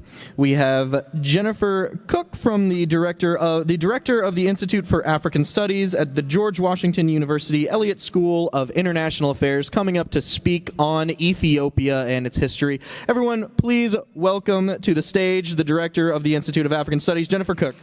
I hope I got your last name right. I'm sorry. Fantastic. Good morning, everyone. It's wonderful to be here, wonderful to see all these young minds engaged on international affairs. As said, I'm the director of the Institute for African Studies at George Washington University. I teach at the Elliott School for International Affairs. You can practically see it from this building.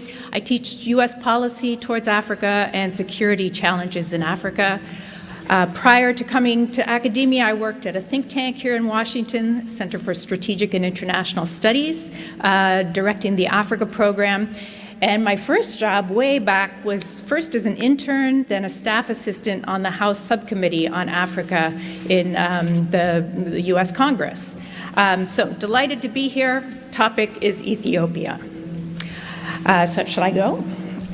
So question number 1. This Ethiopian city is considered the political capital of the country, hosting the headquarters of the African Union Commission and the United Nations Economic Commission for Africa. A, Dididawa, B, Bahir Dar, C, Addis Ababa, D, Gondar.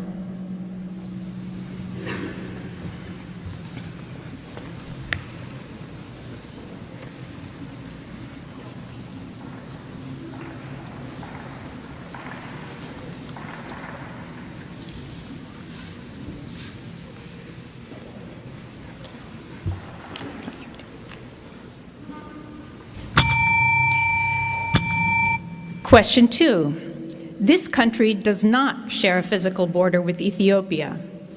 A, Eritrea, B, Somalia, C, Kenya, D, Uganda.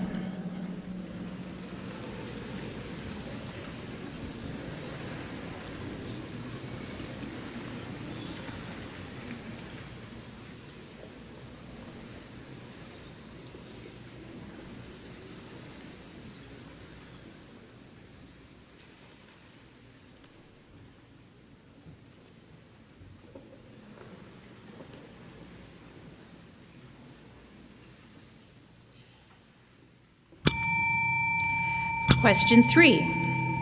What has not been a primary focus of the U.S. government's development assistance to Ethiopia in recent years? A, agriculture, B, education, C, healthcare, D, infrastructure.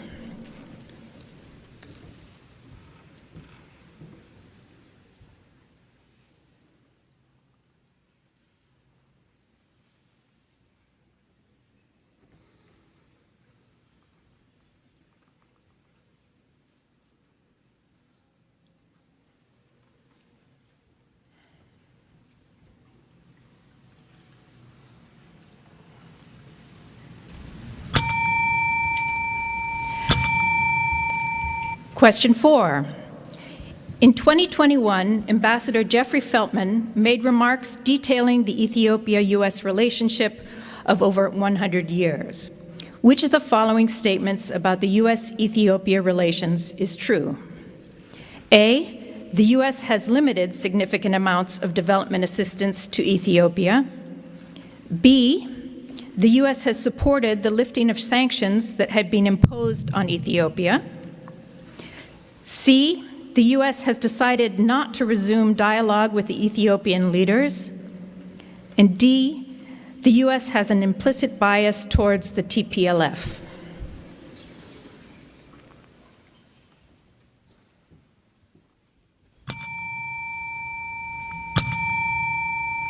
Five, this Ethiopian Prime Minister came to power in 2017. His rule began a slow and steady collapse into heavy nationalism that split Ethiopia along ethnic and regional fault lines. A, Abiy Ahmed. B, Meles Zenawi. C, Haile Mariam Desalegn. D, Tesfaye Gebre Kidan.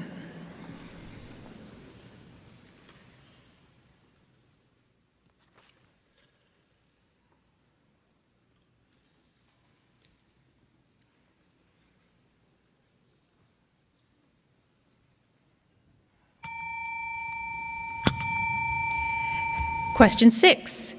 The EU has long-standing presence in Ethiopia, but its influence is currently being challenged by this global power. A, the United States. B, Russia. C, South Africa. D, China.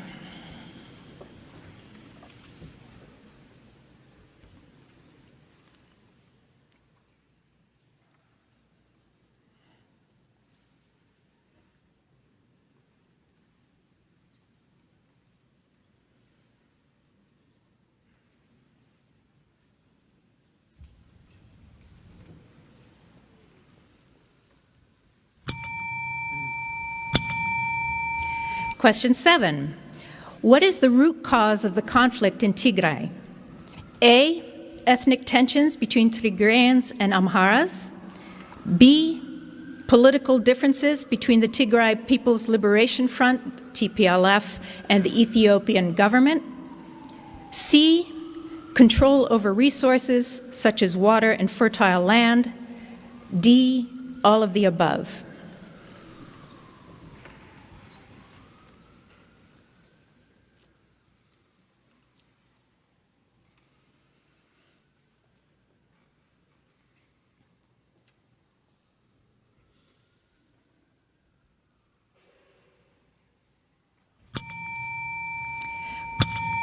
Question 8.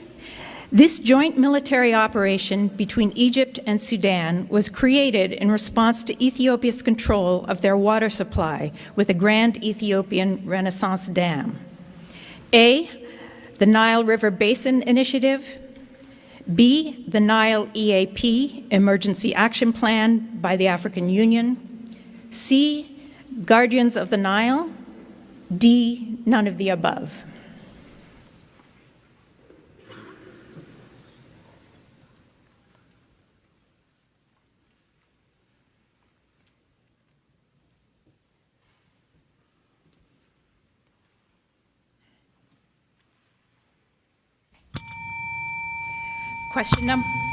Question number 9. What is the significance of the Al-Fashaka region in the conflict between Ethiopia and Sudan? A, it is a disputed territory with both countries claiming ownership. B, it is a region of strategic importance for oil production. C, it is the site of the recent clashes between the Ethiopian and Sudanese military. D, it is a region where Ethiopia has been accused of committing war crimes.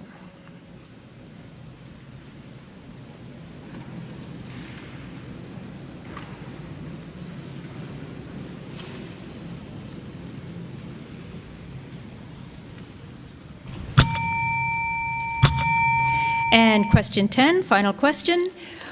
Which percentage of grain used by Ethiopia comes directly from Ukraine?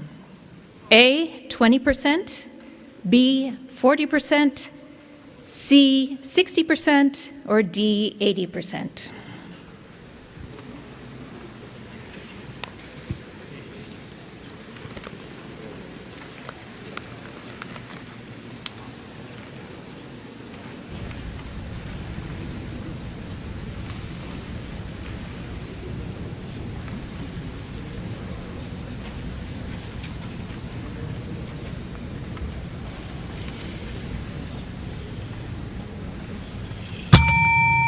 That's it. That rounds up. Good luck to you all.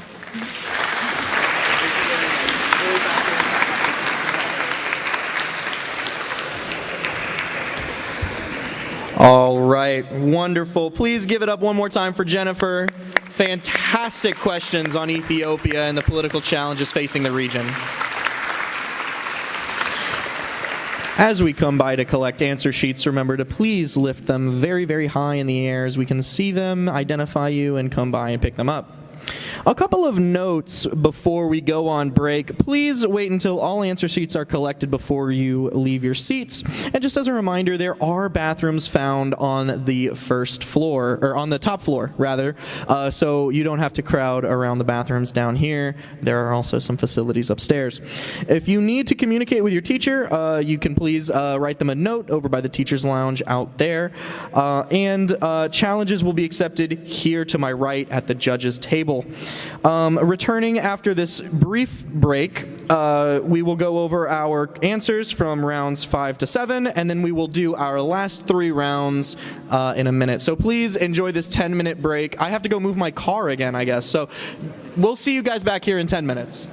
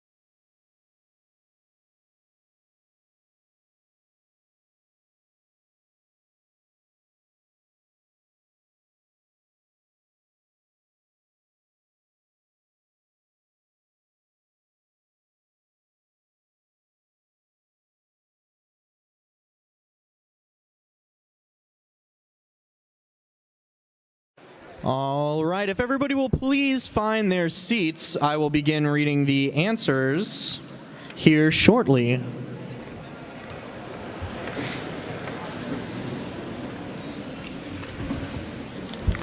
Great. Welcome back to the Academic WorldQuest 2023. I hope you enjoyed that quick 10-minute break.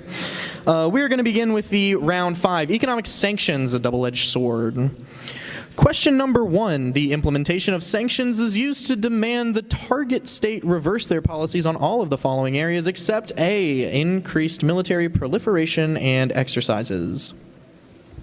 Question number 2, how can the impact of sanctions on children be mitigated? B, by providing humanitarian exemptions in sanctioned regimes.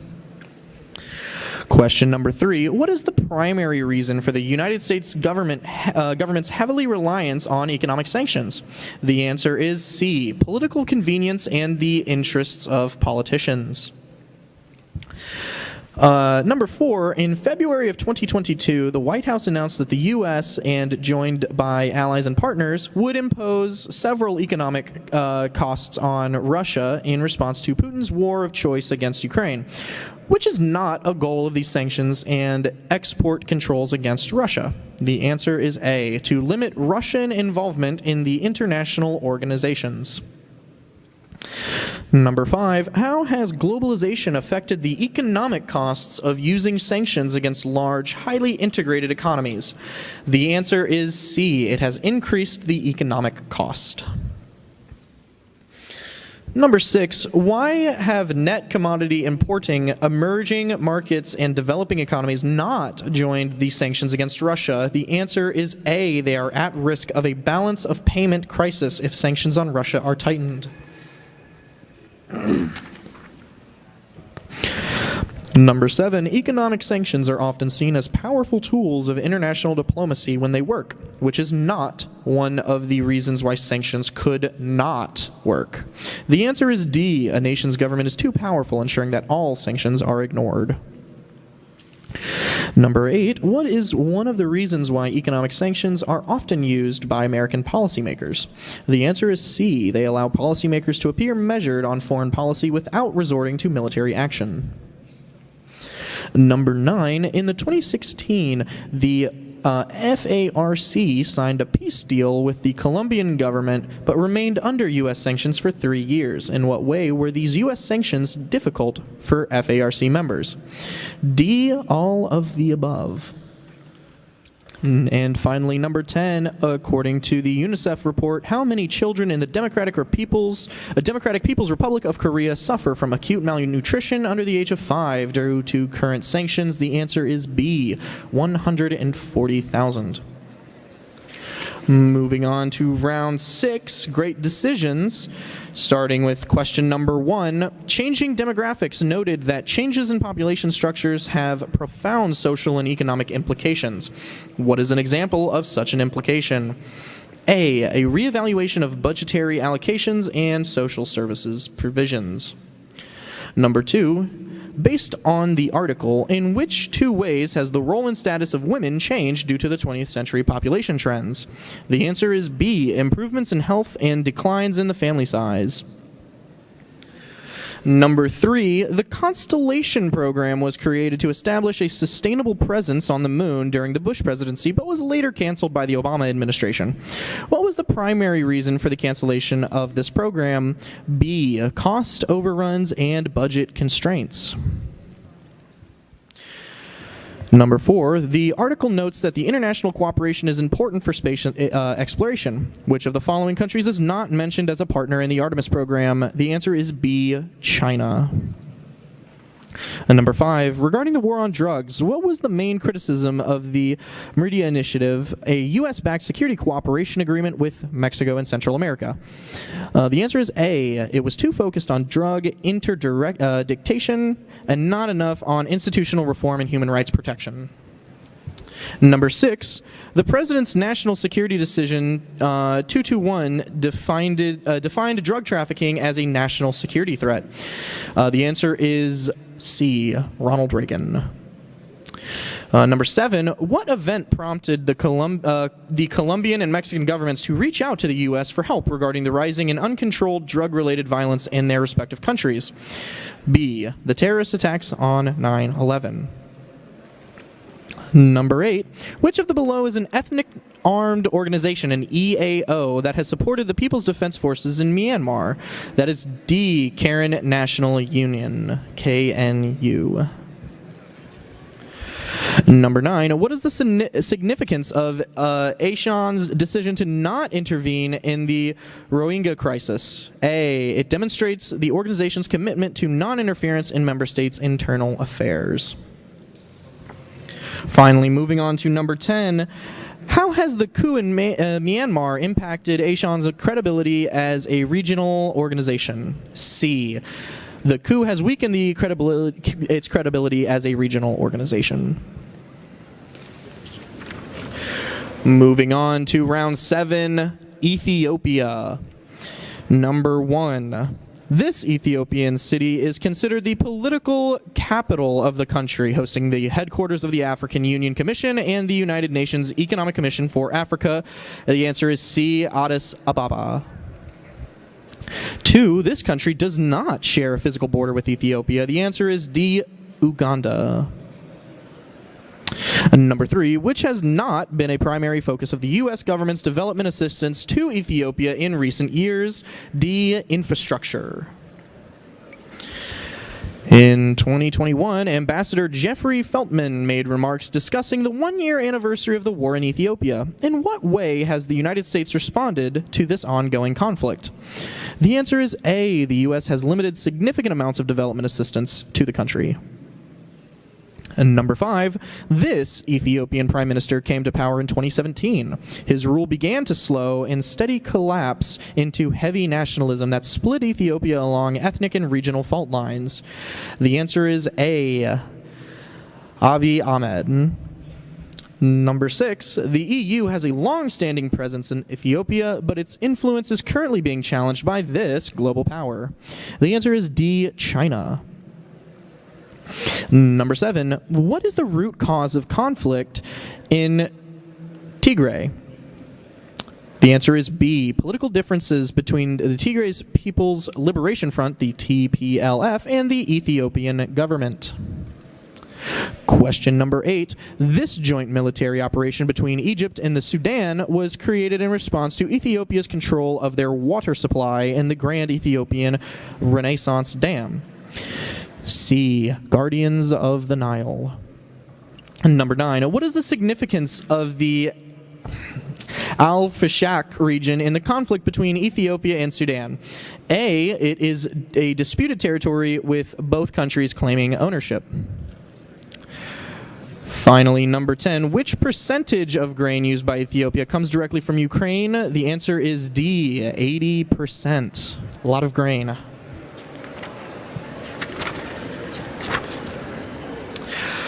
Now, we will begin moving on to the next round. And, you know, I've been your MC for what, 1, maybe 2 hours? We've laughed. We've even shed some tears together.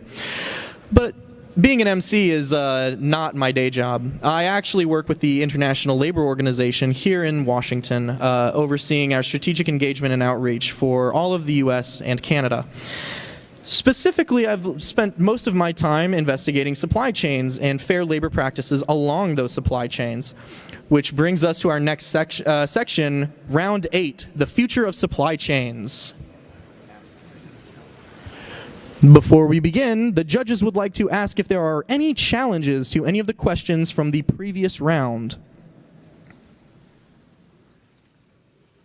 If you have challenges, feel free to bring them to the judges' table now.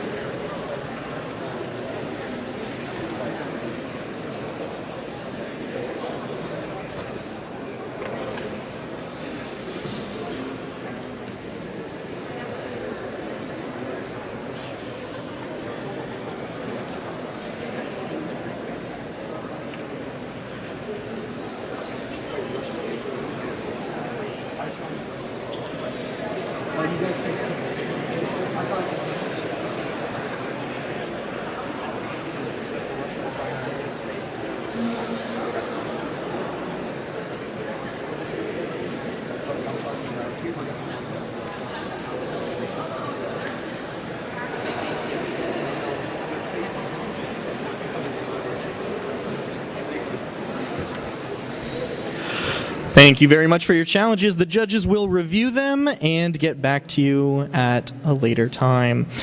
We are now going to move on to round 8, the future of supply chains, hosted by yours truly, me. If you guys weren't tired of my voice yet. Get ready for question number 1. The International Labor Organization takes a coordinated and holistic approach to ensure decent work in the supply chains by building on its tripartite structure and standards, which is not one of the standards that the ILO follows to ensure decent... Oh. I apologize. It looks like the question number 1 is, which is not one of the standard approaches that the International Labor Organization follows to ensure decent work in supply chains? Is it A, developing new normative measures without considering the changing world of work and the challenges of cross-border supply chains? Is it B, making use of the MNE declaration to facilitate dialogue between member countries to assist developing nations with international development standards? Is it C, mapping and analysis of regulatory and non-regulatory initiatives addressing decent work deficits in supply chains and assess best practices and make use of bilateral and multilateral cooperation? Or is it D, to further develop options for initiatives that complement the body of international labor standards to take into account the changing world of work?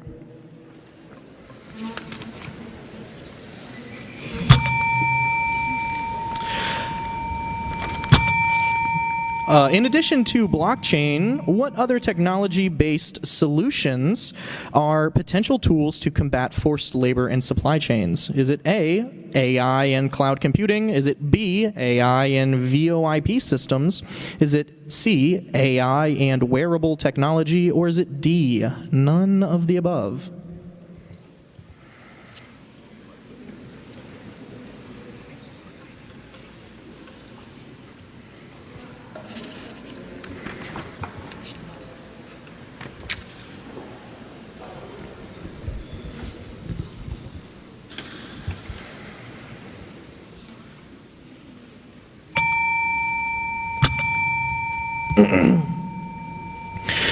The U.S. has taken action against Xinjiang due to complaints of forced labor against which ethnic group?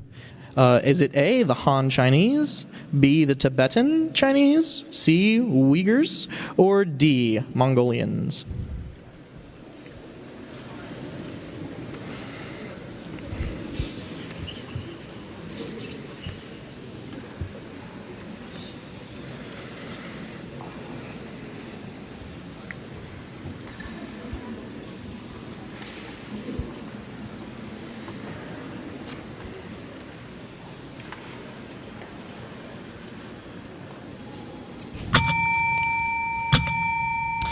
Number 4, the ILO's action, Sustainable Supply Chains to Build Forward Better, is comprised of 3 closely interrelated modules, which is not one of the modules. Is it A, advocate for trade protectionism to mitigate decent work challenges? B, research and analysis on selected global supply chains and the impact of COVID-19? Is it C, tools, policy, advice, and training to ensure constituents and stakeholders are better equipped? Or is it D, support to constituents and stakeholders taking steps to advance decent work in their response to the COVID-19 crisis?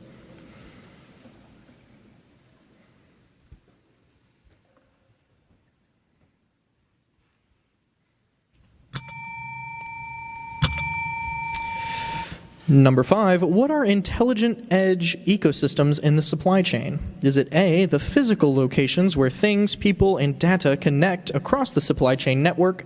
Is it B, the automated network tools, devices, and applications that work in tandem with each other? Is it C, the Wi-Fi, Bluetooth, and 5G networks that support data communication services? Or is it D, the advanced analytics, artificial intelligence, and data sciences capabilities embedded within supply chain applications?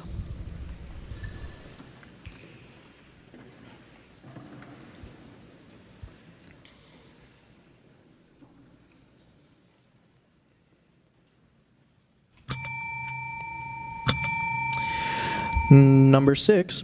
What is the main reason for supply chain organizations to switch to microservice-based and composable application architectures? Is it A, to reduce the cost of upgrading or implementing a new SCE application? Is it B, to future-proof the technological base of the supply chain? Is it C, to improve customer satisfaction? Or is it D, to increase the speed of decision-making?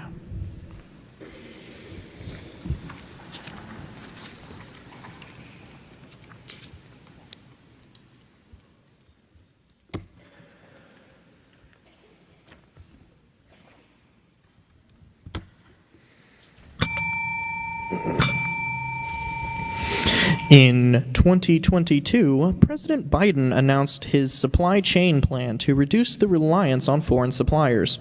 What are the 4 key sectors this initiative focuses on? Is it A, the agriculture, healthcare, energy, and transportation sector, semiconductors, batteries, critical minerals, and pharmaceutical sectors?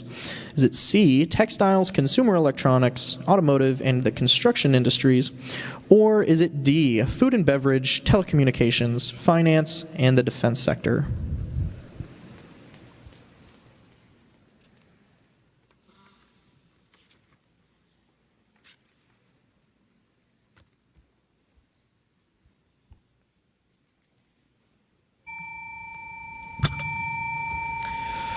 Question number 8. What is a potential concern with the Biden administration's focus on reshoring critical supply chains and preferencing U.S. manufacturing? Is it A, it could violate World Trade Organization rules? Is it B, it could lead to an increased competition with foreign manufacturers? Is it C, it could lead to a shortage of critical goods in the United States? Or is it D, it could complicate international relationships and the United States' position as a leader of the global's rules-based trading system?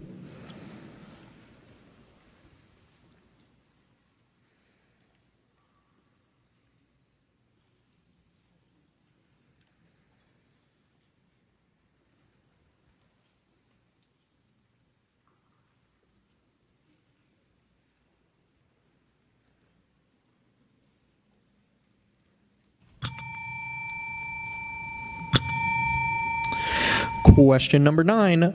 This ILO inspired the initiative Sustainable Supply Chains to Build Forward Better, which addresses decent work challenges and opportunities in 5 supply chains. Is it the ILO's Declaration on Social Justice for a Fair Globalization?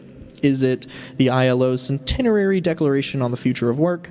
Is it the ILO's Declaration on Fundamental Principles and Rights at Work? Or is it the ILO's MNE Declaration?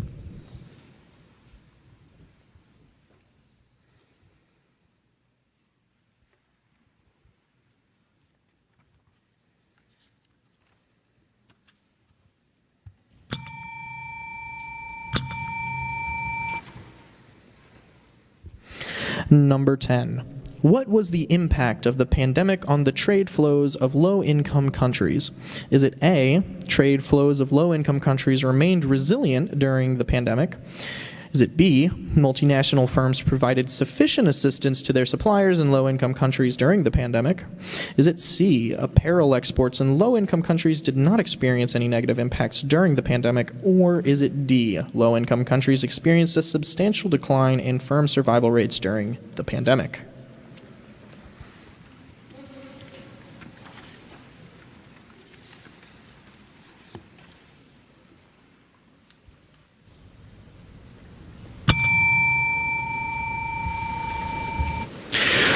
Great. Thank you very much. That concludes my round. Thank you all so much for your wonderful answers. Please raise your answer cards very high as we walk around to collect them.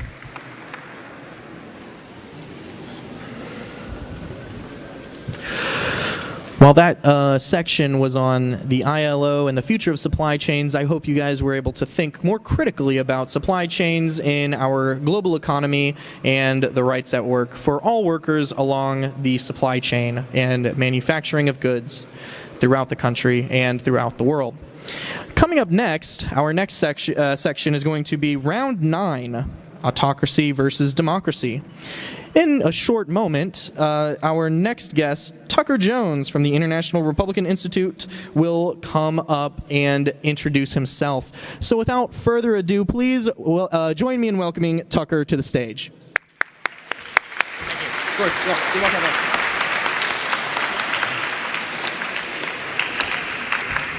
Hello, good morning, everybody. My name is Tucker Jones. I'm a program manager at the International Republican Institute. I work actually on this exact topic. I work on programs that aim to bolster democratic resilience against foreign authoritarian threats. So without further ado, I'll go ahead and start reading the questions. Question number 1. The middle way is a recognition of the need for political compromise and pragmatism. What is the primary risk associated with this approach? A, it could lead to the erosion of democratic norms and institutions. B, it could lead to political instability and chaos. C, it could lead to economic stagnation and decline.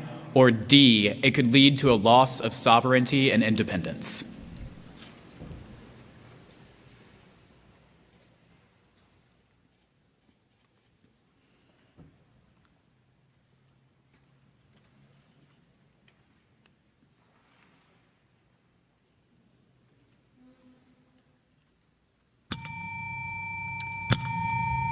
Question number 2. According to Autocracy versus Democracy after the Ukraine invasion, mapping a middle way, the U.S. have explicitly intensified their diplomatic efforts with Latin American democracies in recent years. A, NATO. B, the AU. C, the EU. Or D, ASEAN.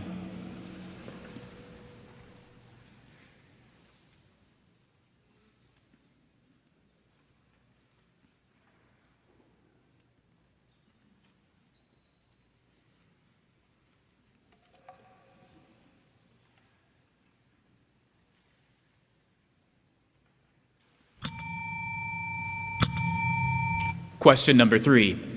What is an example of how the contest between autocracies and democracies is playing out in Europe? A, the increasing popularity of far-right political parties in Western Europe. B, the rise of anti-immigrant sentiment in Southern Europe. C, the weakening of democratic institutions in Eastern European countries. Or D, the success of Green parties in elections in Scandinavian countries.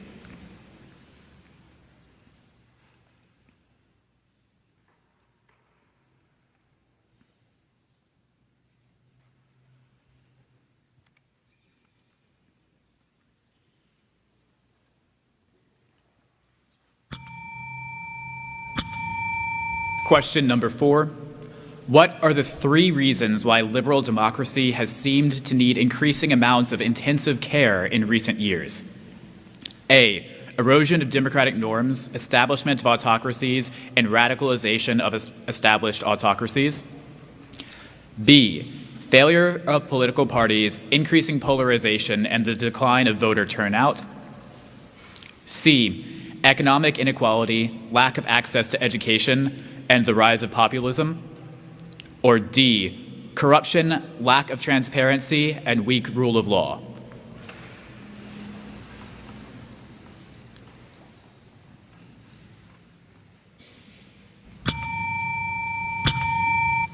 Question number 5. What was the key significance of Nancy Pelosi's visit to Taiwan in August 2022? A, it marks a shift in U.S. foreign policy toward Taiwan. B, it demonstrates U.S. support for Taiwan's democracy and human rights. C, it signals a willingness by the U.S. to challenge China's territorial claims. Or D, it highlights the West's increasing support for Taiwanese independence.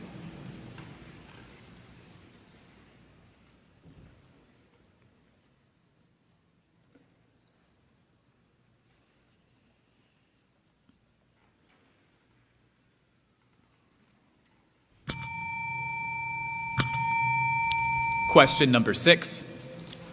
Why is there little desire for democracy promotion in Southeast Asia?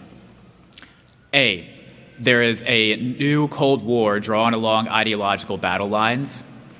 B, there is a lack of funding for democracy promotion programs in the region. C, ASEAN countries are distracted by internal and regional conflicts. Or D, ASEAN countries prioritize security and alliances over democracy.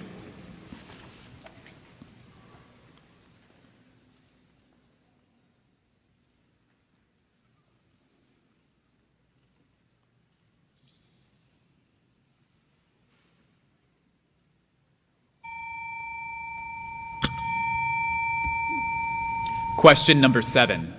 What is the main type of armed conflict in African countries with authoritarian leading governments? A, ethnic conflicts. B, resource conflicts. C, political conflicts. Or D, religious conflicts.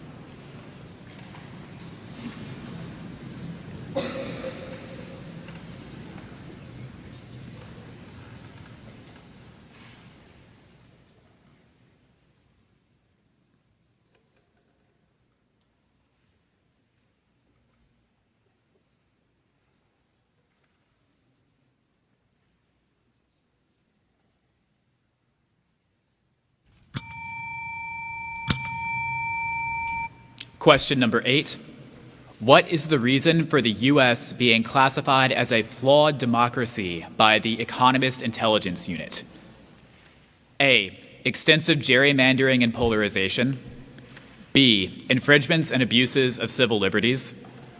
C, limited political pluralism. Or D, frequent electoral fraud.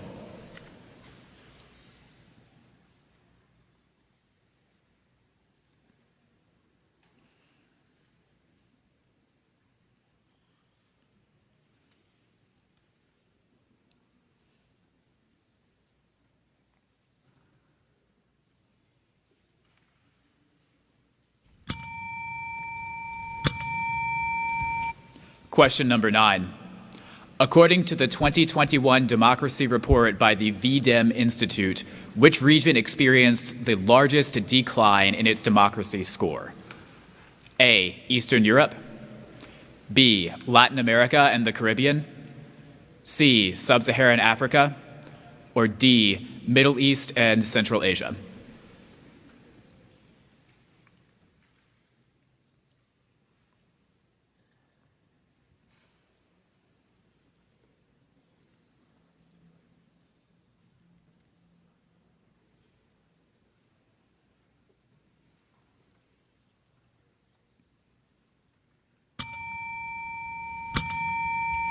And question number 10. For the first time in the 21st century, the prevailing form of governance in the nations in transit region is A, autocratic. B, democratic. C, hybrid. Or D, socialism.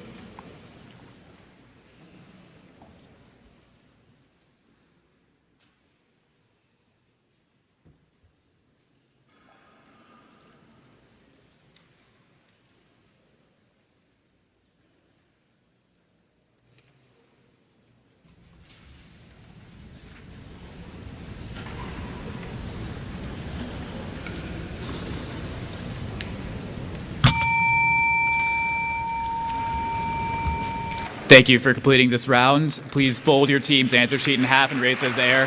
Thank you.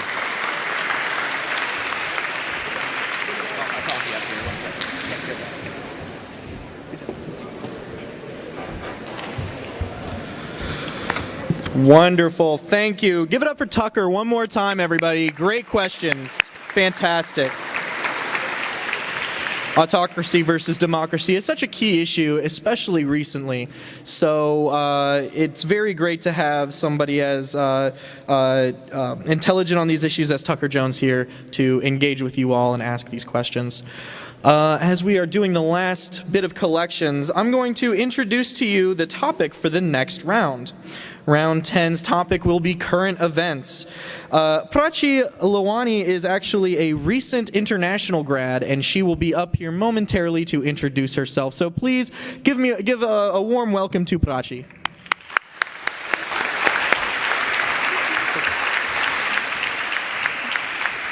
Hi everyone, my name is Prachil Alwani. I'm a recent grad for Florida International University. I'm an international student, and right now I moved 3 months ago to DC. I got a full-time job with Freedom House.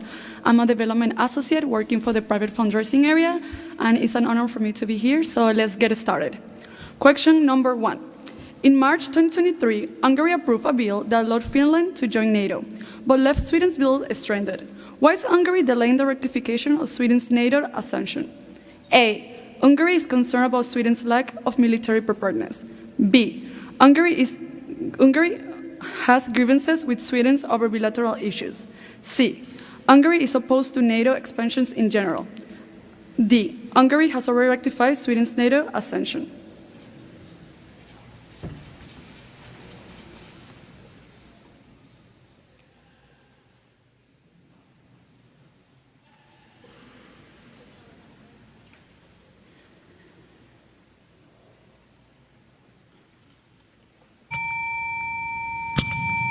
Question number 2.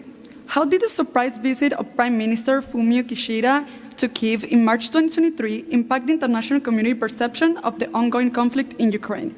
At the same time as Vladimir Putin met with Xi Jinping, this world leader made a surprise visit to Volodymyr Zelensky in March 2023. A. Joe Biden. B. Yoon Suk Yeol. C. Boris Johnson.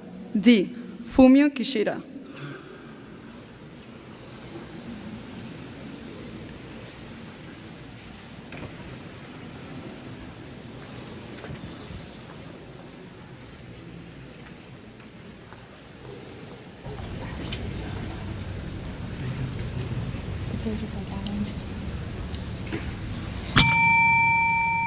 Three.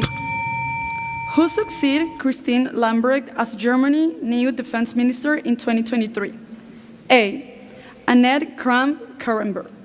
B. Olaf Scholz. C. Boris Pistorius.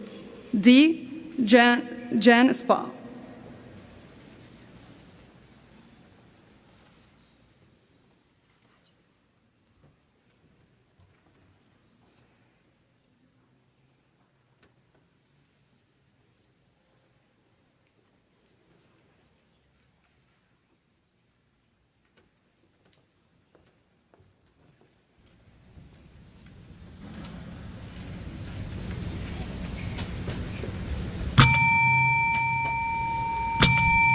Four.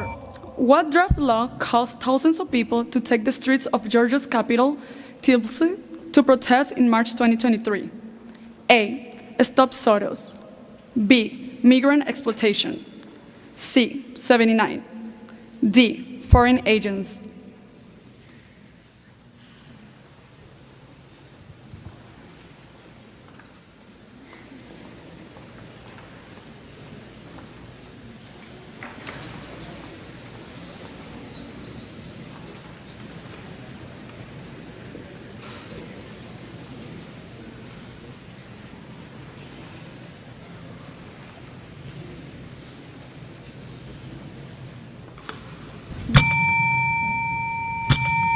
Five. What was the reason for Secretary of State Antony Blinken's decision to postpone his long-awaited trip to China in February 2023? A. A trade dispute over soybean imports. B. A military skirmish in the South China Sea. C.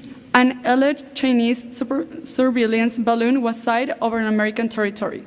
D. The arrest of a Chinese tech executive in Canada.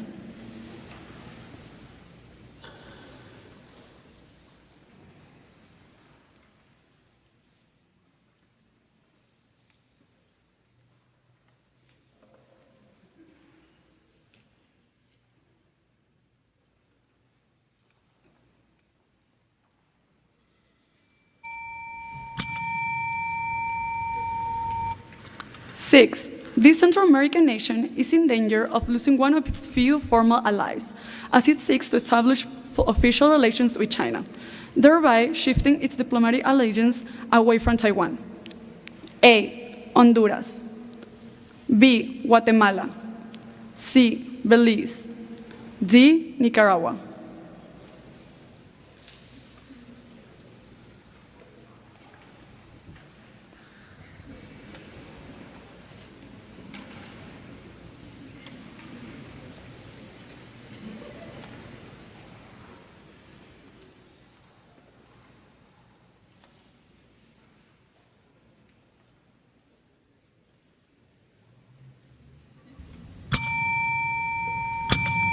7.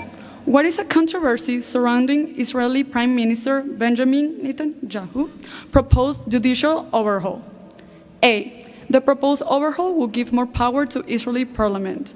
B. The proposed overhaul would increase the number of judges on the Israeli Supreme Court. C. The proposed overhaul will reduce the power of Israeli Supreme Court. D. The proposed overhaul is not controversial.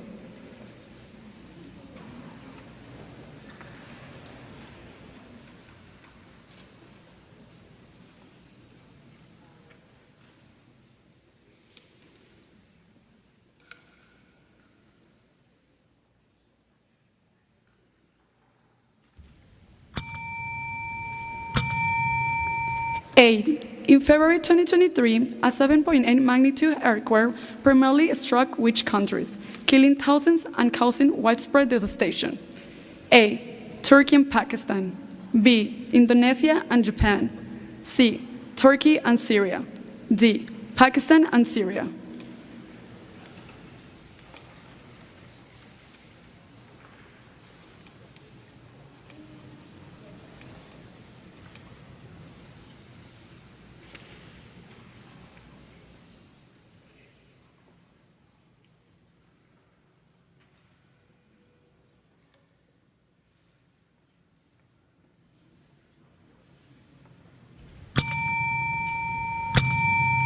Nine. What is the primary objective of the proposed currency Amero that Argentina and Brazil are discussing?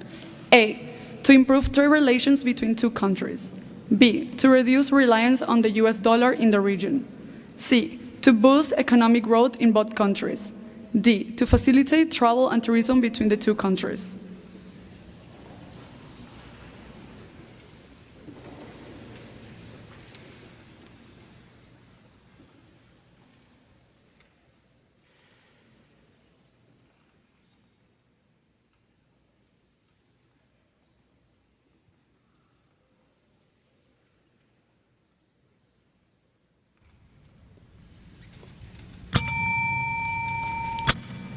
Question 10. This African country pushed to replace its paper money with newly designed currency notes to help curb money laundering and make digital payments to the norm.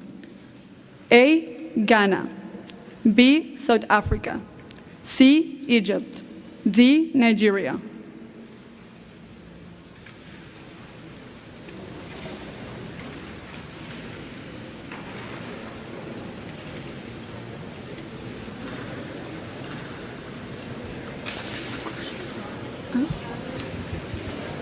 What happened to question 2?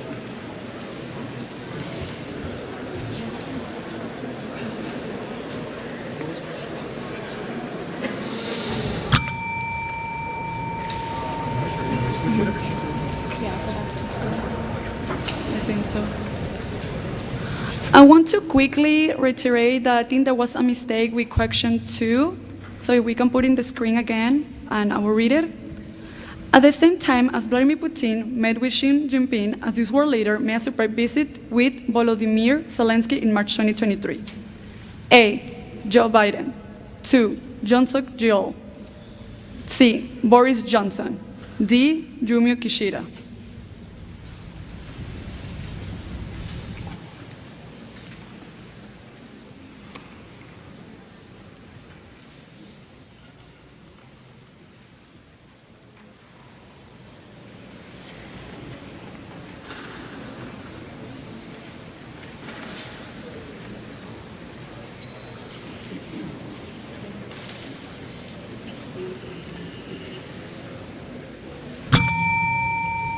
Perfect. Thank you so much, and I hope you the best until the rest of the competition.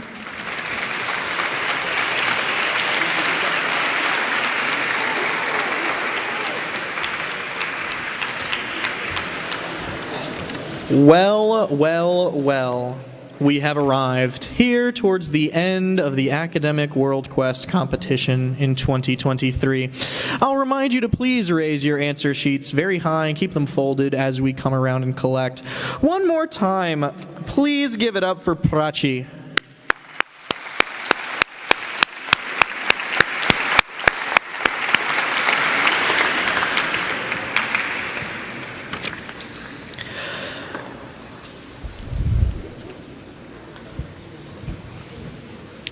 Now, as we have finished collecting these last answers, let's give one more round of applause to the World Affairs Council of America and for the U.S. Institute of Peace for hosting this wonderful event.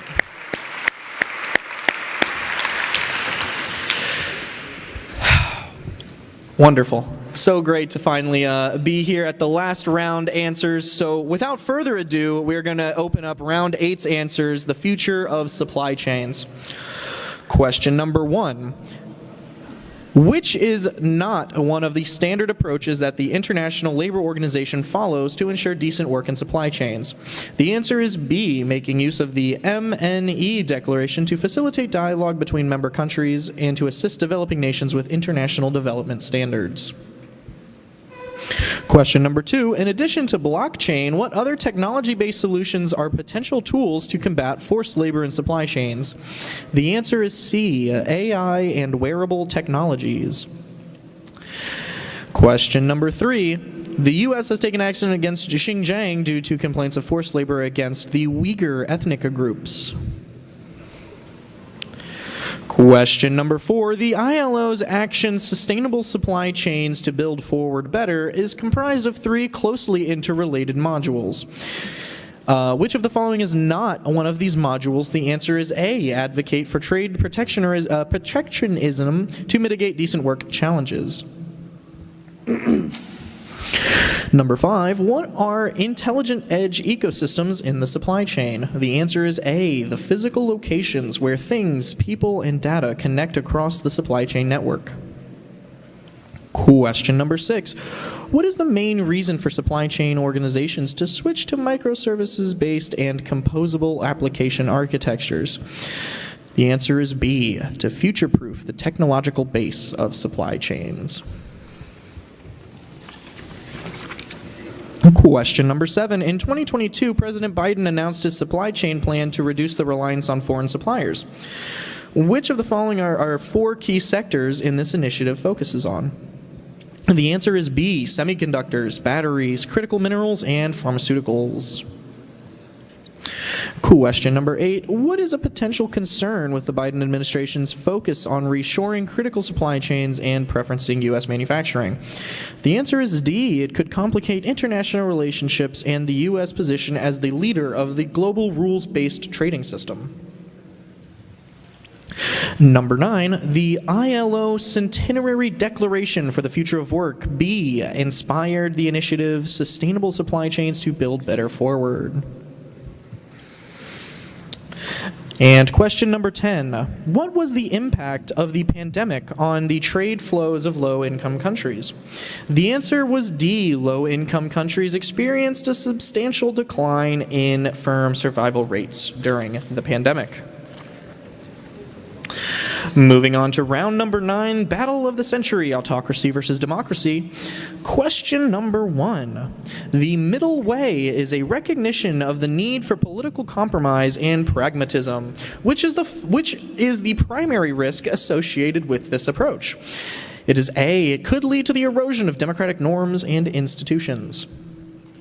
Question number 2, according to Autocracy versus Democracy after the Ukraine invasion, mapping a middle way, the U.S. and C, the EU, have explicitly intensified their diplomatic efforts within Latin American democracies in recent years. Question number 3, what is an example of how the contest between autocracies and democracies is playing out in Europe? The answer is C, the weakening of democratic institutions in Eastern European countries. Question number 4, what are the 3 reasons why liberal democracy has seemed to need increasing amounts of intensive care in recent years? The answer is A, erosion of the democratic norms and establishment of autocracies and radicalization of established autocracies. Question number 5, what was the significance of Nancy Pelosi's visit to Taiwan in August of 2022? D, highlights the West's increasing support for the Taiwanese independence. Number 6, why is there little appetite for democracy promotion in Southeast Asia? D, Asian countries prioritize security and alliances over democracy. Number 7, what is the main type of armed conflict in African countries with authoritarian leading governments? The answer is C, political conflicts. Question number 8, what is the reason for the U.S. being classified as a flawed democracy by the Economist Intelligence Unit? The answer is A, extensive gerrymandering and polarization. Number 9, according to the 2021 Democracy Report by the V-Dem Institute, which region experienced the largest decline in its democracy score? The answer is B, Latin America and the Caribbean.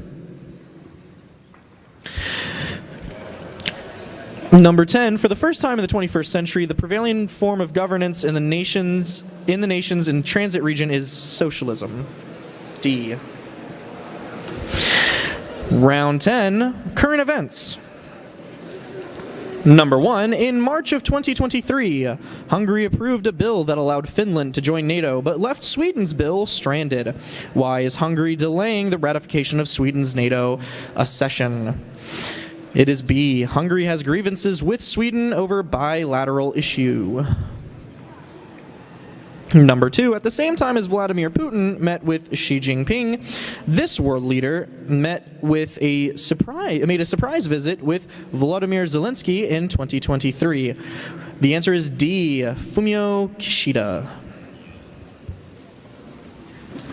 Number 3, who succeeded Christine Lambrecht as Germany's new defense minister in 2023? The answer is C, Boris Pistorius.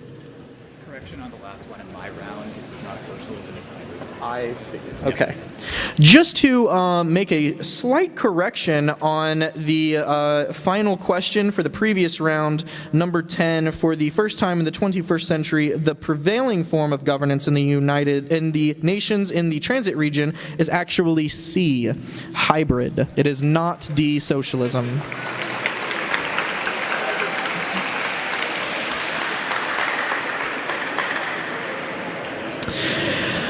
Getting back onto category 10, question number 4, what draft law caused thousands of people to take to the streets of Georgia's capital, Tbilisi, to protest in March 2023? It is D, foreign agents.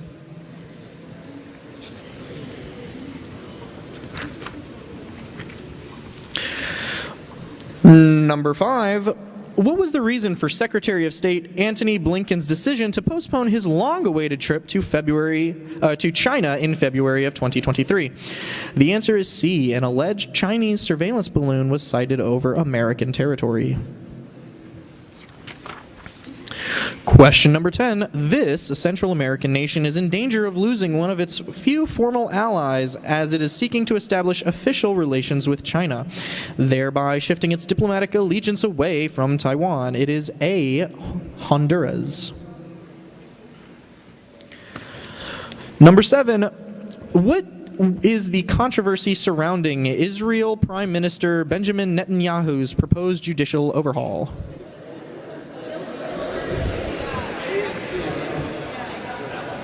On the last question? Oh, on this question? Okay. Huh, okay.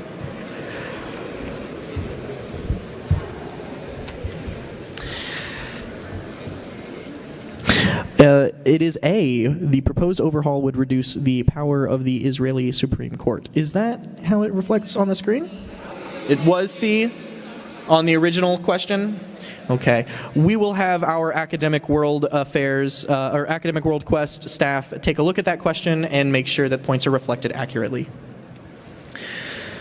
Moving on to question number 8. In February of 2023, a 7.8 magnitude earthquake primarily struck which countries, killing thousands and causing widespread devastation? The answer is C, Turkey and Syria. Number 9, what is the primary objective of the proposed currency, the Amero, that Argentina and Brazil are currently discussing? The answer is B, to reduce reliance on the US dollar in the region. And finally, the final question of the the academic WorldQuest of 2023, number 10. This African country pushed to replace its paper money with the newly designed currency note. It is D, Nigeria.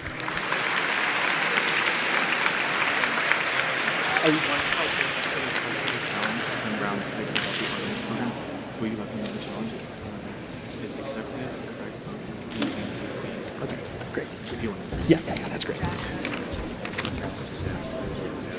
Okay, great. All right, just a couple of housekeeping items. The challenge on round 6, question number 4, which was not mentioned as a partner in the Artemis program.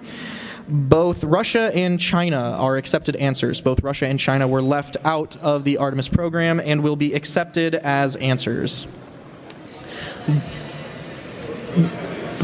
Either China and Russia, so both B and C were correct.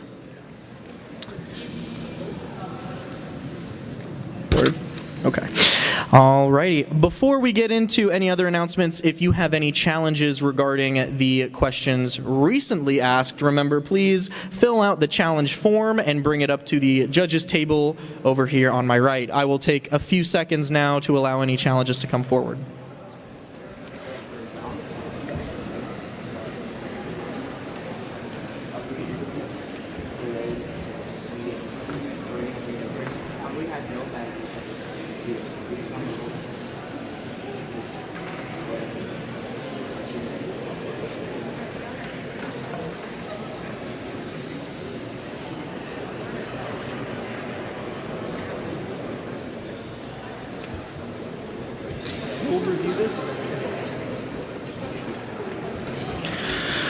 All right, everybody. Congratulations. You have all finished the competition. Let's take a moment to celebrate this monumentous achievement that you have all earned.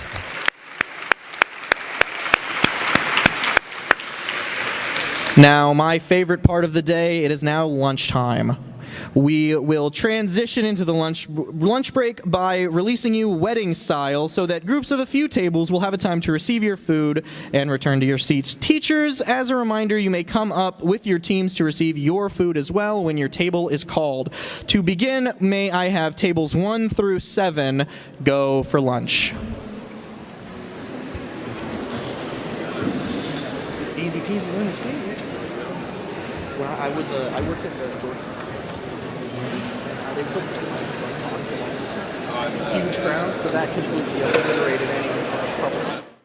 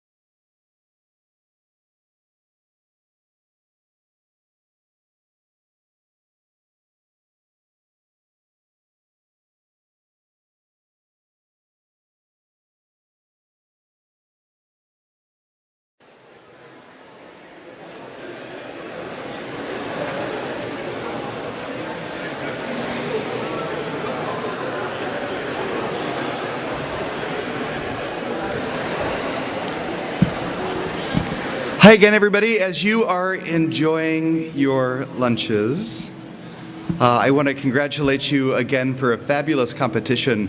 Can you help me very quickly to thank our judges and scorers and other volunteers who have made today possible?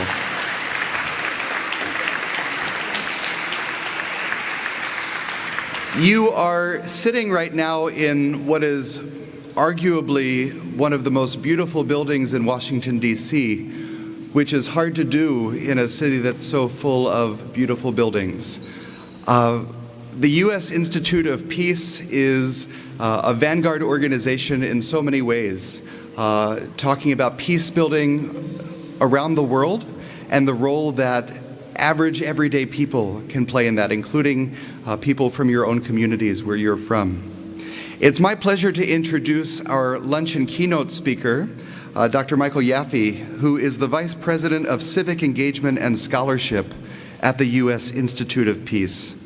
Before he came to USIP in 2017, he worked for the U.S. government in a variety of positions, most recently as the senior advisor to both the Special Envoy for Israeli-Palestinian negotiations and the Special Envoy for Middle East Peace at the U.S. State Department. Before that, he worked for the National Defense University in Washington, D.C. as an academic dean and distinguished professor of strategic studies. Would you help us to thank and to welcome Dr. Michael Yaffe?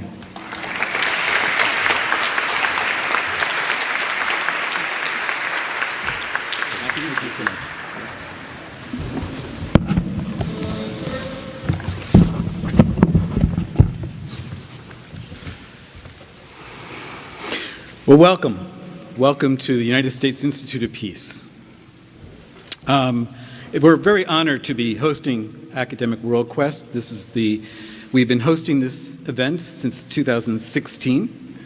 And for this, I'd like to thank Matthew Hughes, the World Affairs Council President, and Kayla Ryder, who are the people most responsible for organizing this event. I'd also like to thank the members of the USIP team who are also responsible for this event, particularly Alison Sturma, Asmik Root Union, as well as Joanna Riker. It's been an honor and a pleasure to be working with WorldQuest to provide you with this space. We've also actually added our own inputs into some of the categories, particularly those related to peacemaking. We hope that you'll walk away from this event with many good memories, as well as an inspiration, that you are the next generation of peace builders, and it starts with a good knowledge of the international affairs. As Matthew said, my name is Mike Yaffe. I am the new head of this unit at USIP called Civic Engagement, which reaches out to the rest of the country. But I've had many different hats while here in Washington, of which Matthew mentioned some, but I also am a historian. And it's that capacity, and in the spirit of today, that I want to begin my talks by giving you a quiz. Now, you all proved yourself to be experts on international affairs, so how good are you on domestic affairs? So, question number one. What is the most historically important corner in the United States?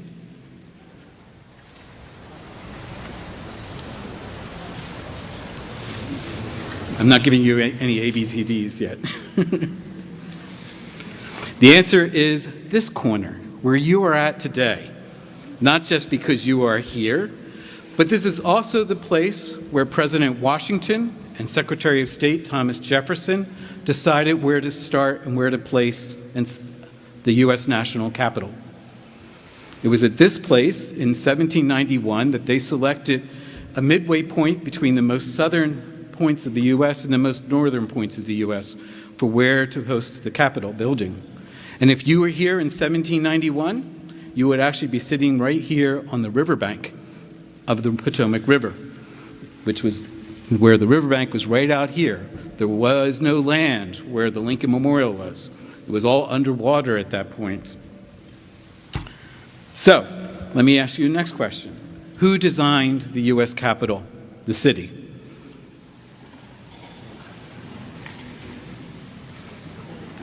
French major in the American independence. What's the name?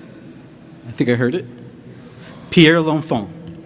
Okay, he served under George Washington during the Revolutionary War. He was an architect. He was a designer. He was an artist. And he designed the city. And he designed the city by taking an approach which basically tried to exploit the topography. And at this point, there were 3 major hills that ran across the Potomac River, along the Potomac River. One of which was called Jenkins Hill, in which he decided that's where the U.S. Capitol should be. And that would be the center of the city. He decided on a place called the Barrens, which is a ridge-like area, which is where the president's house is, or that's where the White House is. And the third hill, the highest hill in the area, was here. It was called Peters Hill. And at this hill, he thought what belonged here was a fort, a battlement, basically to protect the entree into the city itself, because he really was afraid the British would have buyer's remorse and would come back and attack the city.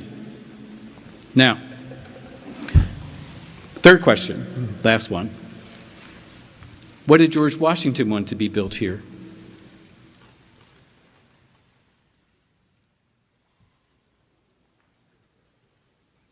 Supreme Court? Nope. Good guess, though.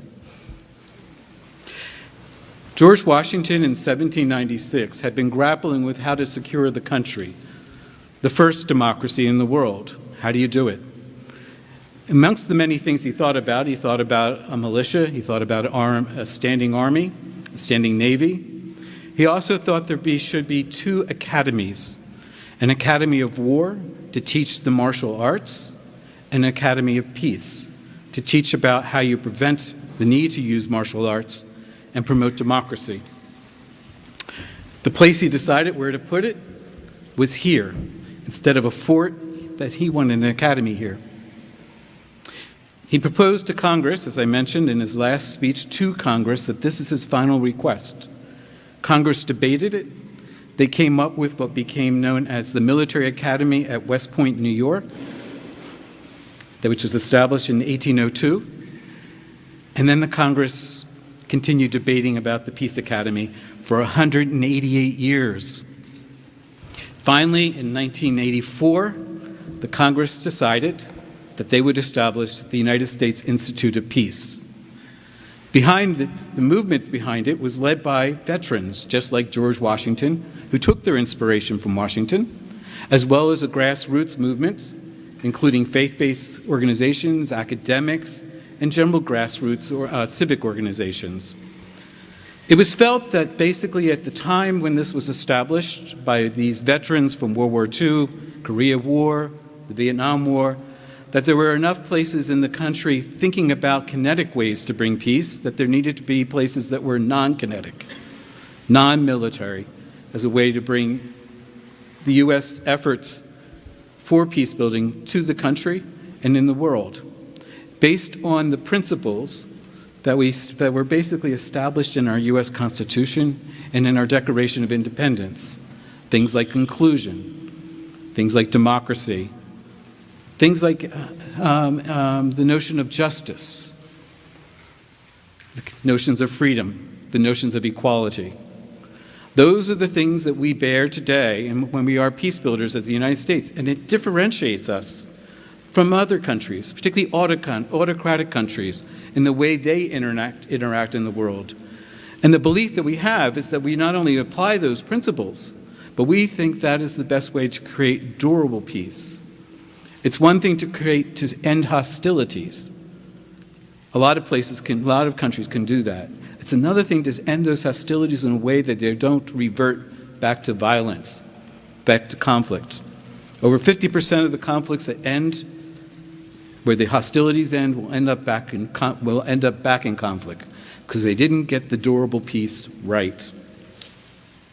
Now, USIP is located here, coming back to this notion of being a historical corner. We call this corner the War and Peace Corner, here at 23rd and Constitution Avenue. Why? In part because of our location. We are right across from the Lincoln Memorial, which is behind the screens here. And also there are a dozen memorials and monuments to American veterans that are on the National Mall. And we view ourselves as very much a part of that mall and part of that legacy of talking about war and peace. So this building itself stands as a monument to the American commitment to peace. And we take our inspirations from a lot of things, including from President Washington. President Washington, of course, became very famous as the general that led the Continental Army to the defeat of the British, that led to the independence of our country.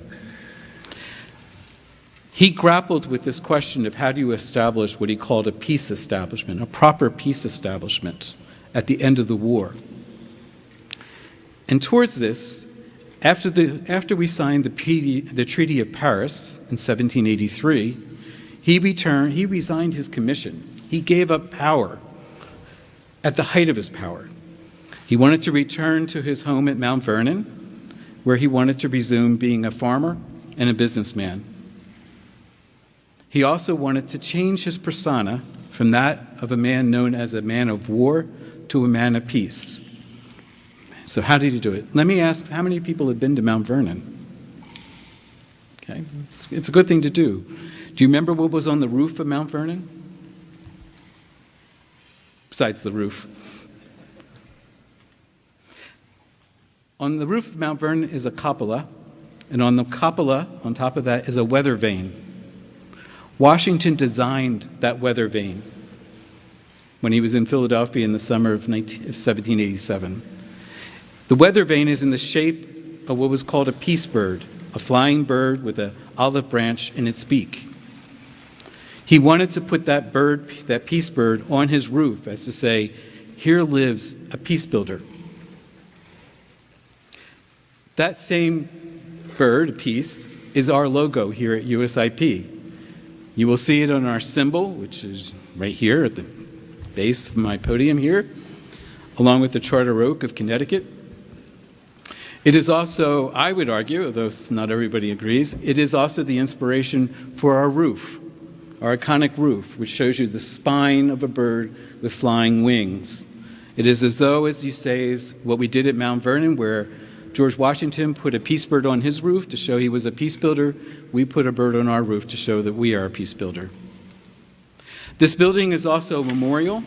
It is a memorial to those who gave their ultimate sacrifice in the cause of peace, including 4 USIP employees who lost their lives trying to bring peace to Colombia, Afghanistan, and Iraq. And we are a living monument. Congress designated us to be a living monument, one that is active in the world to basically not just show that we are committed to peace, but to actually bring peace where we can. So this campus, where you are currently, is a hub for the Institute. The Institute, when it was first founded in 1984, was actually located next to the White House. It moved a few more times, and eventually Congress decided in 1796 that they would build a permanent headquarters here right at the National Mall, exactly 200 years after George Washington had requested it here. We do a lot of work around the world. We do a lot of different things. We are involved in over 300 initiatives involving 90 countries, including where we are working on the ground in 19 conflict hotspots. This past week, we spent a good part of our week focusing on trying to get our employees out of Sudan. It is, again, where it's a testimonial that it is where the conflicts are occurring is where we have to be, on the ground. And the way you can do that is not by staying in embassies, like the State Department. You actually have to go out into the places where the people are located, where the grievances are. And part of what we operate on is the notion that if you can resolve conflicts before they become violent, before they bring in other interests of the United States, then you don't have to necessarily end up having to send American troops to those places. So it is this sense that motivates us in trying to resolve the conflicts, again, before it impedes on our other parts of national security. How do we do something like this? I can give you an example of something that you may think is rather small, but you take them and you multiply them multiple times across the world, and it adds up. So, in a place called Manuba in Tunisia, there was a major conflict that was occurring on a university there. And in universities in the Middle East in particular, when conflicts break out at universities, it often spreads throughout the rest of the country. And in this case, a conflict was developing between two student groups that were part of the union, and it was basically between Islamists and non-Islamist groups. And the tension on this campus kept rising and rising and rising, and Tunisia could not figure out what to do, and they asked for our help. We went to the campus, we established what were called peace clubs on the campus, and those peace clubs negotiated. It wasn't USIP negotiating, it was Tunisians negotiating with one another. And they came up with a compact, which actually helped then reduce the tensions and eventually reduced the conflict on the campus itself. And then the country itself, the National Higher Ed Commission in the country, adopted it for the rest of the country. Another example I can give you is something that happened quite a long time ago, in 2007. In this case, it actually happened in the middle of a conflict, a hot conflict in Iraq. In a place called Mahmudiyah, which is just south of Baghdad, at that point was known in 2007 as the Triangle of Death. The U.S. Army's 10th Mountain Division was deployed in that area. In the prior year, to 2007, they had lost 54 soldiers and 267 wounded, and the injuries were going up, not down. They asked USIP, could we help?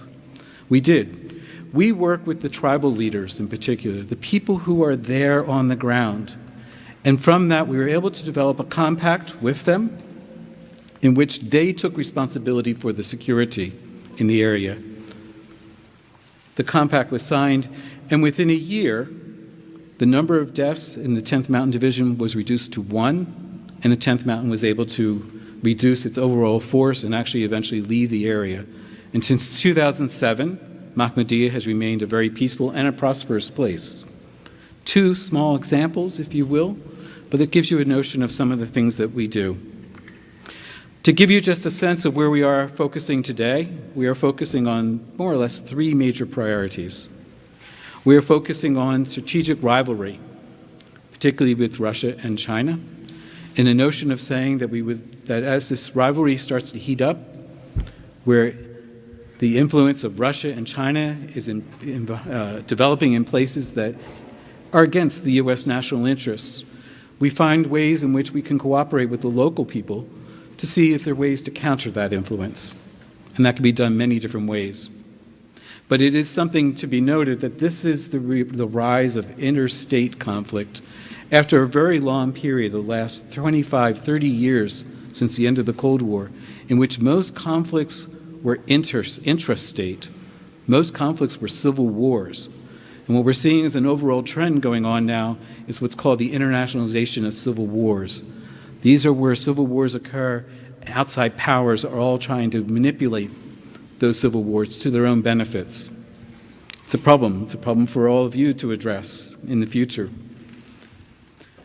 We also build off this notion of working in fragile states. In states that are very vulnerable to disruption, particularly environmental disruptions, disruptions from pandemics, disruptions that could actually increase and create the ground for more violence. So what do you do in those places which are experiencing those kinds of those kind of conflicts? What we call global shocks. And then third, our area focuses on what we call the American way of peace building.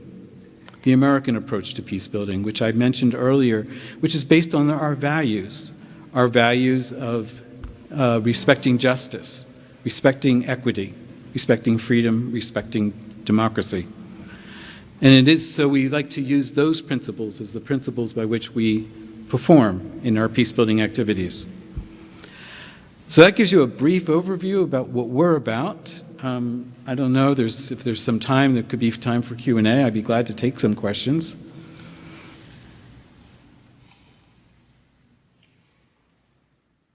please. How are we funded? Good question. We are funded only by the Congress. We are only funded by federal dollars, and that was done on purpose. It was done because it is to make sure that we remain independent and a nonpartisan institution, which means that we don't accept outside money because that would influence the way we think about things. So we maintain our independence by way of Congress, and Congress directs basically a large part of our agenda of our work. Any other questions? Yes. I know that you guys do very important things in terms of similar to the Institute for Peace, like ensuring prosperity and nonpartisanship and, mitigating some of these effects. But in terms of communicating with the people and not just the government and diplomats and legislators, how do you interact with citizens like myself and get ideas? Because at the end of the day, this is a democracy, and in this world we have all too much of people at the top speaking, but not enough of people at the bottom. Yep, good question. So I will tell you, I'll answer that in several different ways.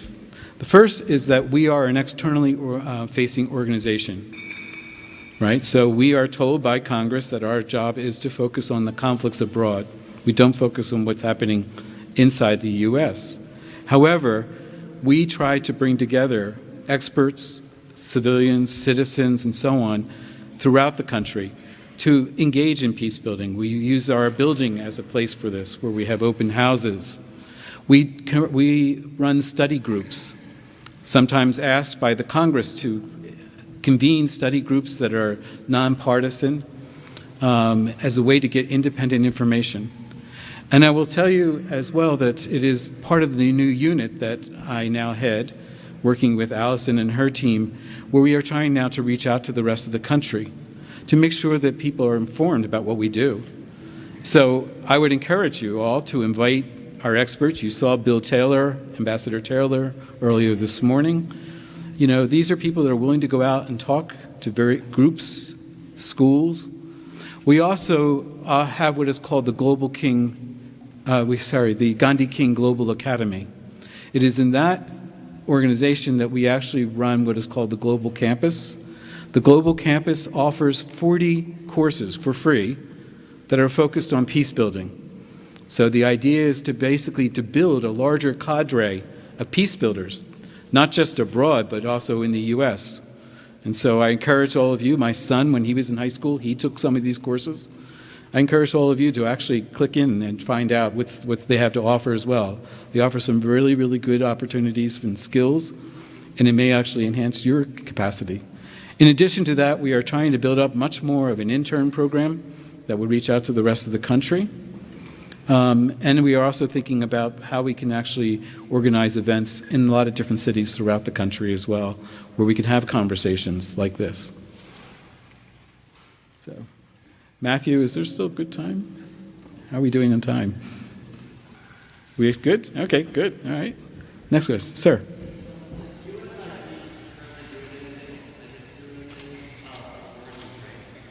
Are we doing anything in the war of Ukraine? We are. In fact, actually, that would have been a great question for Bill Taylor, or the ambassador from the Ukraine. So Bill Taylor, who was the U.S. ambassador in Ukraine twice, actually leads a number of different things in this area. And one of them is actually a study group, which is trying to figure out what are the various options for how that can be employed by governments to actually try to end the war. What does that look like? And what does it look like in the sense of a just peace that the Ukrainians can live with, the Russians can live with? So as I say, we do this in a variety of ways, and much of it is by way of study groups in that case. We don't have staff on the ground in that conflict specifically. But again, we vary and we tailor our initiatives to each conflict.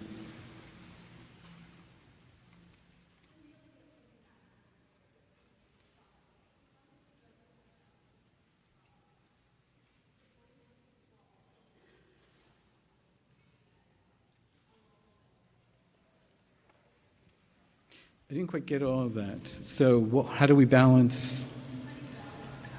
Here, sorry, there's a mic coming here. It'd be helpful. How do you balance attempting to maintain state sovereignty and peace, especially when dealing with international conflict within different parties in a nation, with also the USIP's mission of maintaining peace? So I'm not quite sure I got all of your thought, but let me try to take a stab at it, and you can come back and see. So one of the things that we are part of the federal national system. We are part of the national security system. And the question that you may find, like when we go out into the world, the question is from the parties that we engage with, how do they view us? Are we viewed as a member of the U.S. government? Are we viewed as a more like a non-governmental organization? And how do they view us in terms of that our name includes the United States in our name? So what we do, though, is I would underscore that we develop partnerships in these countries in such a way that it is the people there in those countries that are asking for our assistance, and we are offering them technical assistance. As I say, when negotiations occur in the countries, it is not the United States Institute of Peace at the negotiating table as the negotiator. We're in the background.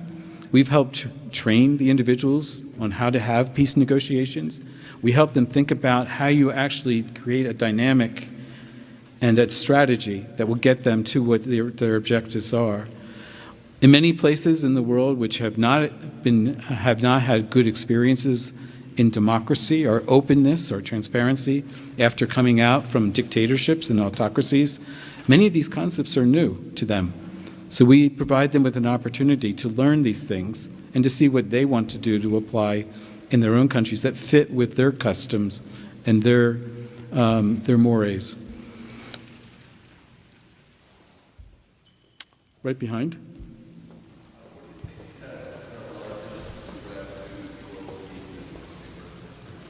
What do I think is the largest threat to global peace? Wow, that's a great question. I think of it in many different ways. I do think the issues of environmental disruption are going to be the top of the list. I don't think it's one thing, if you will. But it is also this notion of that there is now more of an interstate rivalry that's taking place. As I mentioned, we haven't really seen that notion of interstate war in a long time, and that's why, in many respects, the war in Ukraine is so significant. It creates that turn. And so the question will be, as China seeks to increase its influence, Russia seeks to increase its influence, how is that being done in a way that is managed, and managed competition, and managed in a way that doesn't end up in a hot conflict, which it could very much easily depend on. There's also a lot of different things going on in demographics. We are seeing in many places in Asia and Russia, in which we are seeing a youth bulge that is now coming forward, people who are now graduating from schools, who are under the age of 34, who are looking for jobs. And are those places able to provide them with jobs? It's why what's going on in the continent of Africa is so interesting, because they have a very large youth bulge that's taking place there. So how is that being accommodated? How do we show that governments can deliver for them as well? So I view all that as certain key things. In addition to that, I would also argue, as you see the disruptions that occur in various places due to conflict, due to the lack of jobs, due to the lack of prosperity, they all have knock-on effects, particularly in terms of migration. And so that is something that we are also very concerned about. Right now, we are spending a lot more of our focus at the Institute on what's going on in Central America, more than we have done in many, many years, in large part because of all the knock-on effects of the problems as they impact the United States. So those are the things I think about. Oh, great. Well, thank you, everybody. As I said, I hope that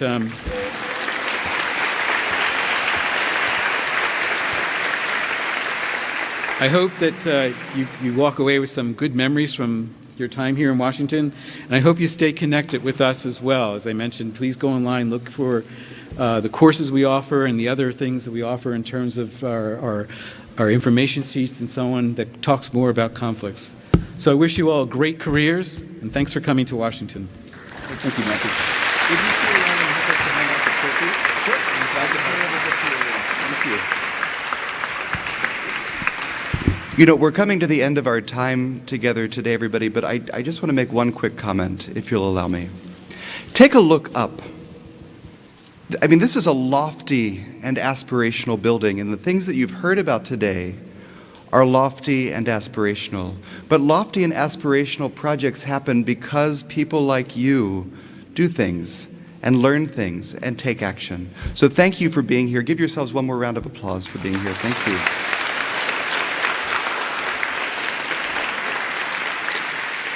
So I have the great pleasure of announcing today's winners.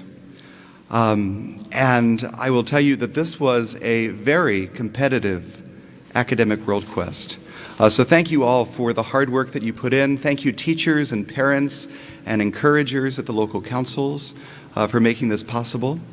And without further ado, I'd like to present this year's top 3 awardees who will walk away with a variety of prizes that have been provided by our sponsors.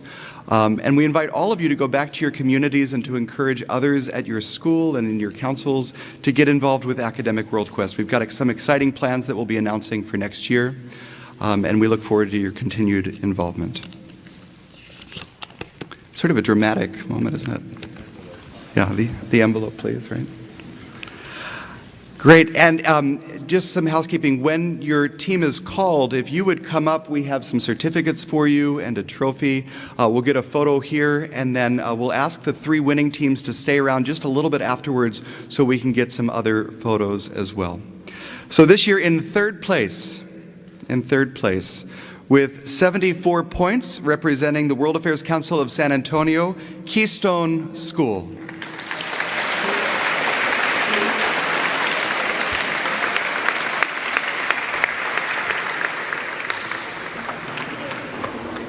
Oh, thank you.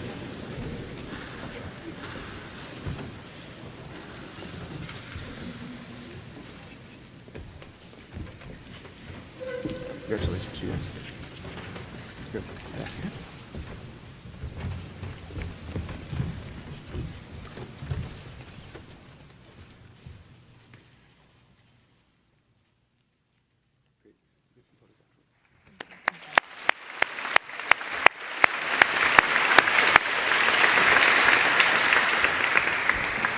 This year in second place with 76 points representing the World Affairs Council of Greater Houston, Carnegie Vanguard High School.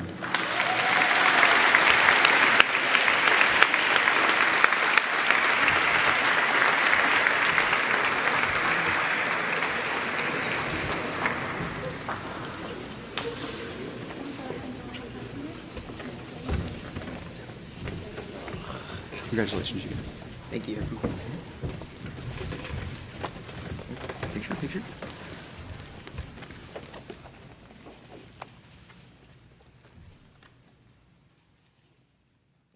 Congratulations.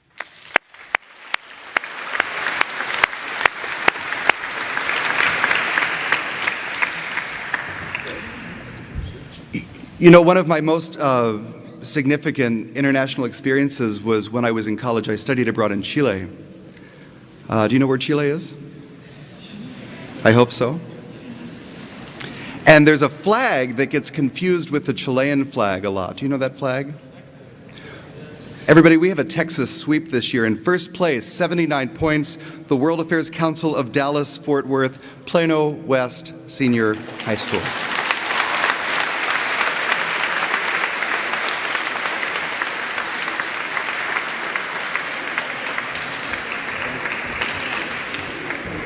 Congratulations. Congratulations, sir. Great job. Congratulations. Congratulations. Congratulations. Congratulations.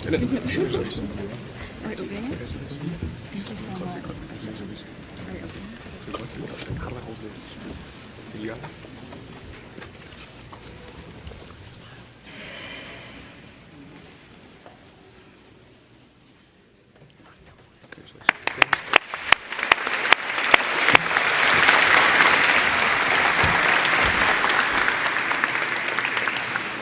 I also want to recognize our 2 teams who came the farthest, Alaska and Hawaii. Where are you? Thank you for being here. It is a real treat to be with you today. Thank you all so much. Thank you again to our sponsors, our named sponsors, Carlos and Malú Alvarez. Thank you to everyone here at the U.S. Institute of Peace for your friendship and for making this event possible for so many years in a row. Thank you to Johnson & Sterling, to the International Labor Organization, to the Foreign Policy Association, and to everyone who made today's event possible. We hope that you'll enjoy your visit to Washington, D.C., and we hope to see you again soon. Congratulations and thank you.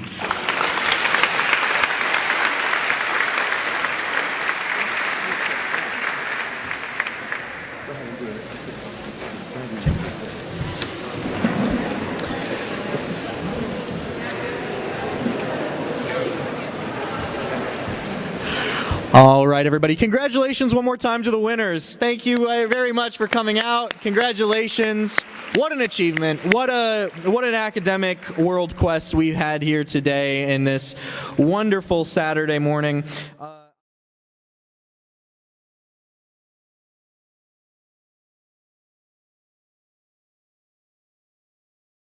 Applause.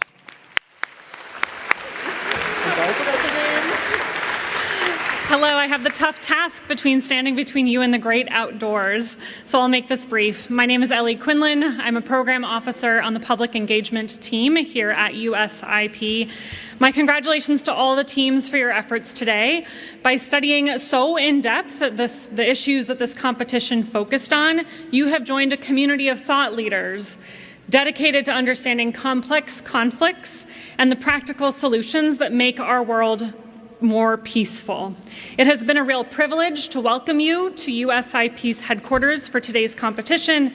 As a public institution, we are really honored anytime we can welcome the public into this place, in this location. And as Mike mentioned earlier, we at USIP refer to this as the War and Peace corner of the National Mall. Our building, as he mentioned, is a symbol of the US's commitment to peace, and it stands in close proximity to those monuments and memorials that honor our country's sacrifices in war.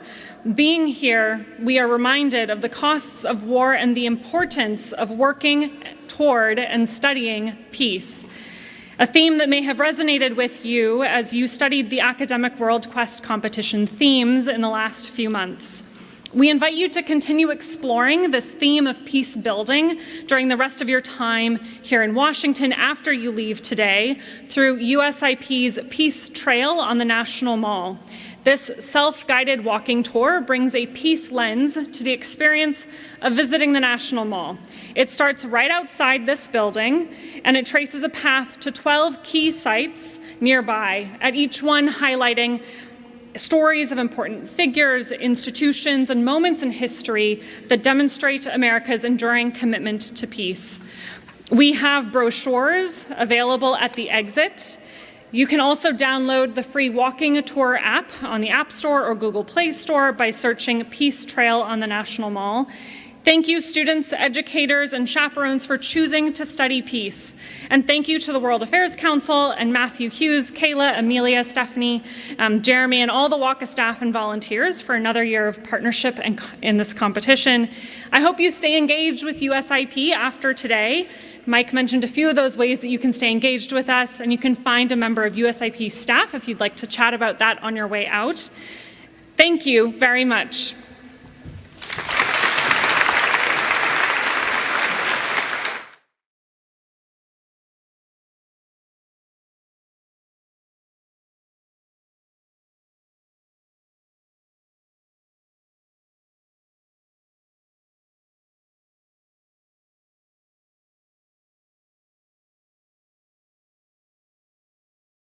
Photographs. Again, thank you all so much for coming out here. Teachers, this would not be possible without you. Thank you very much for bringing the students over, and I hope you guys have a wonderful rest of your day, and please enjoy the Peace Trail. Thank you very much.